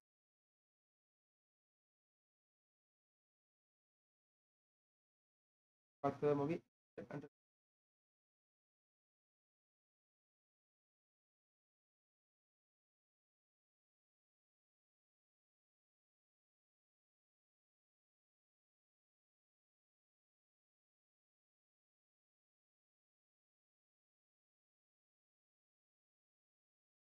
ये दो बातें बोल रहे हैं इसमें, ये एक्सपेंडिचर ऑन वर्क्स है ना, फंड्स जो है reappropriate work which has not received administration, क्या बोलता है कि जो अमाउंट है to any work shall exceed the amount shall not exceed the amount approved or sanctioned by a sum greater than the excess which may be authorized, some excess may be authorized under the rules, जितनी authorized है उसमें, provided that such a consent may be not be necessary elsewhere under appropriate works had to funds to cover excess of expenditure over authorized limits to 15%, कह रहे ना ऊपर authorized under rules,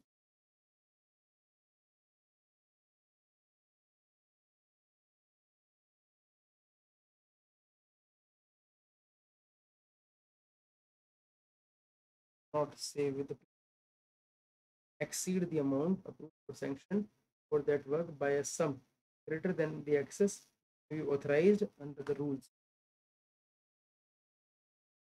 provided such a it appropriate. Yeah.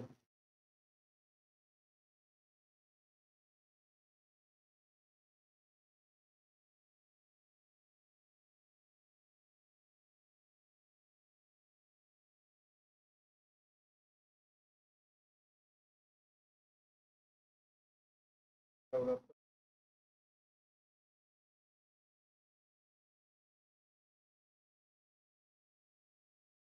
अगर savings available है तो उसकी ज़रूरत नहीं है, अगर सेविंग्स अवेलेबल नहीं है तो 15% तक की जो एक्सेस है उसको कवर करने के लिए है जरूरत पड़ेगी आपकी, right.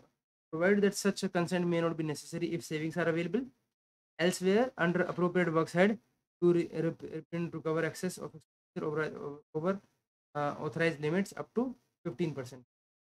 Save with the previous consent of the finance minister. No reappropriation made from the primary unit major works to any other unit.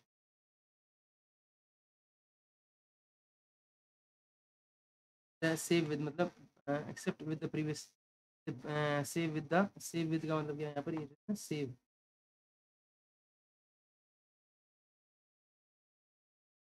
का मतलब होता है accept, except with the previous consent of the finance minister.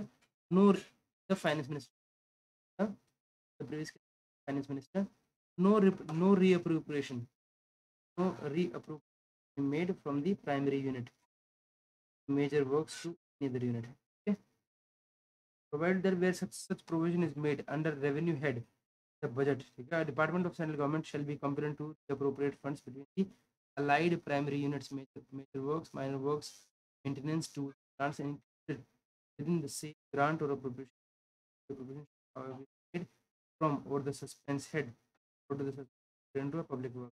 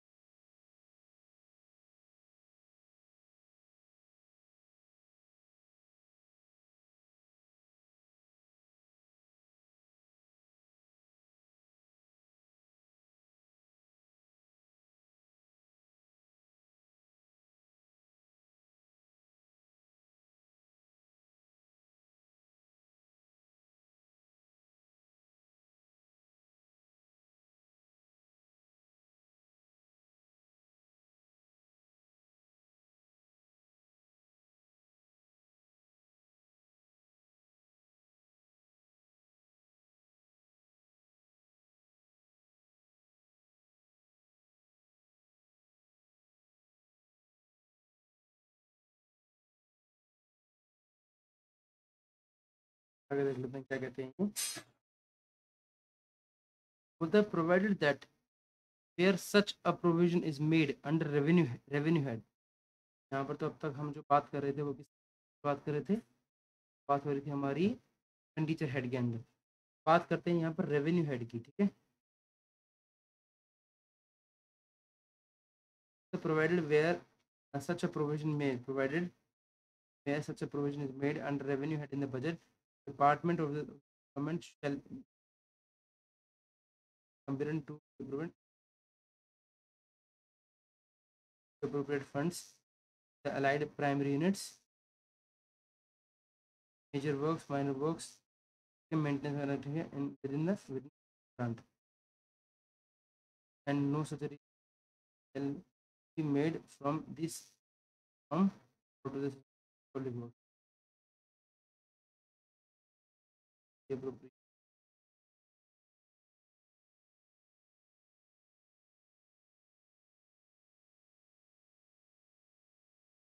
to the appropriate primary units major works minor works कर सकते हैं front of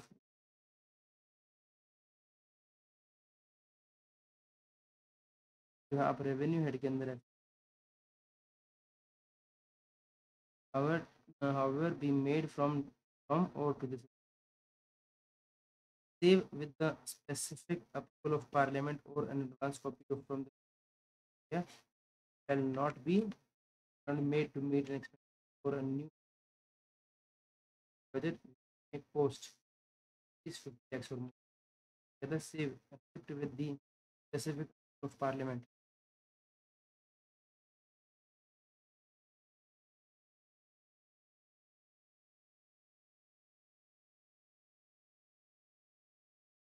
Accept with the specific of approval of Parliament for advance from the advance from the contingency.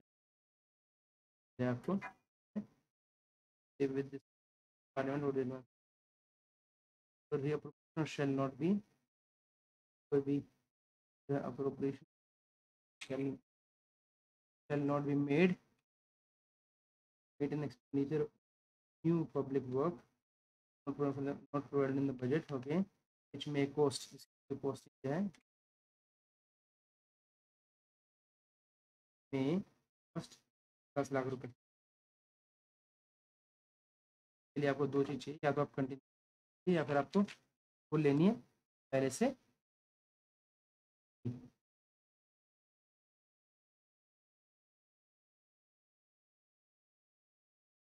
फिर बात करते हैं save with the previous consent of the finance ministry no provision shall be made for a new public works costing 10 lakh और above but less than 50 lakh rupees.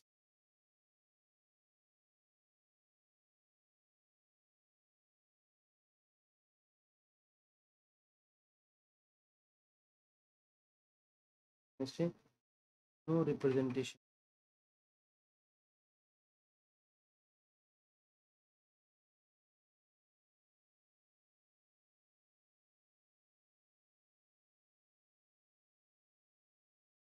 for ये preparation for a new limit जो है but less then 1 lakh रुपये less than जो 50 लाख रुपये से कम होनी चाहिए 10 lakh or above but less than without the previous consent of the financial no repayment be made from or provision not to the provision for secret service expenditure.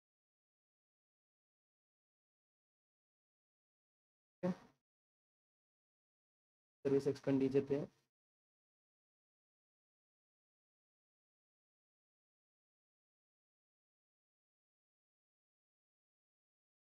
so as to augment the provision to the primary unit salary wages जो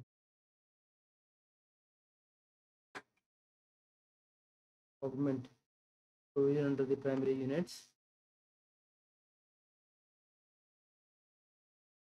तो मतलब है without the previous made from or provision for the same so as to provision under the units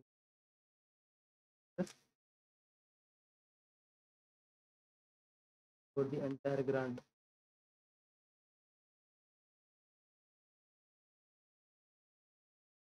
Case in the case of a Ministry of the appropriation, the prime units and also artists in the budget for India Radio to augment the provision the primary unit.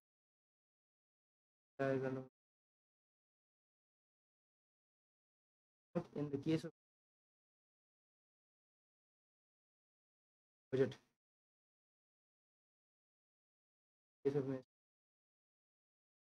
the appropriation primary units budget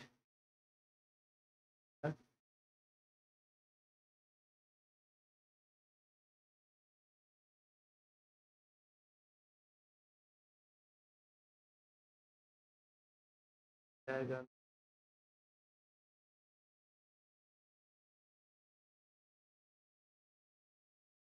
It's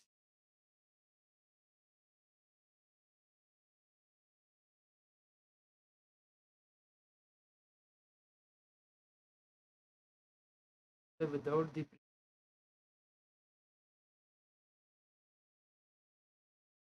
provision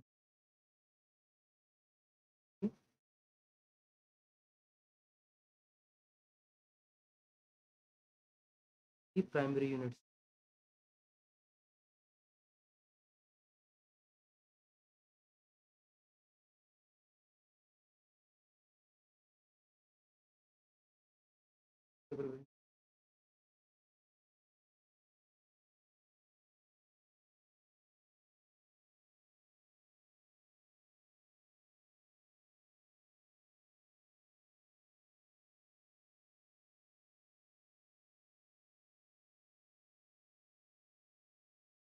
का 2 मिलेंगे।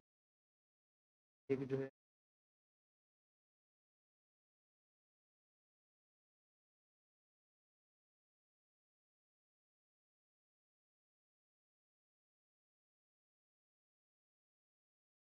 Cloudy नहीं, from the provision made for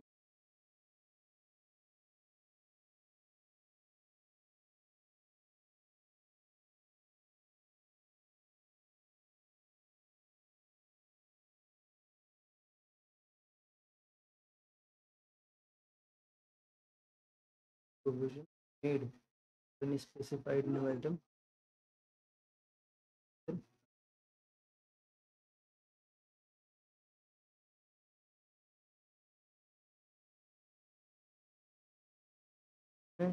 without the previous consent. Defining no reappropriation made from funds provided under the plan, both under the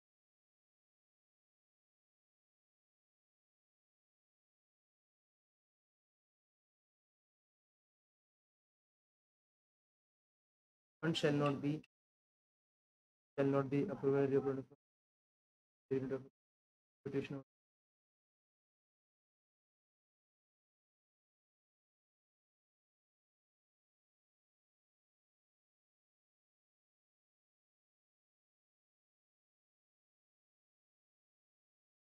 and above.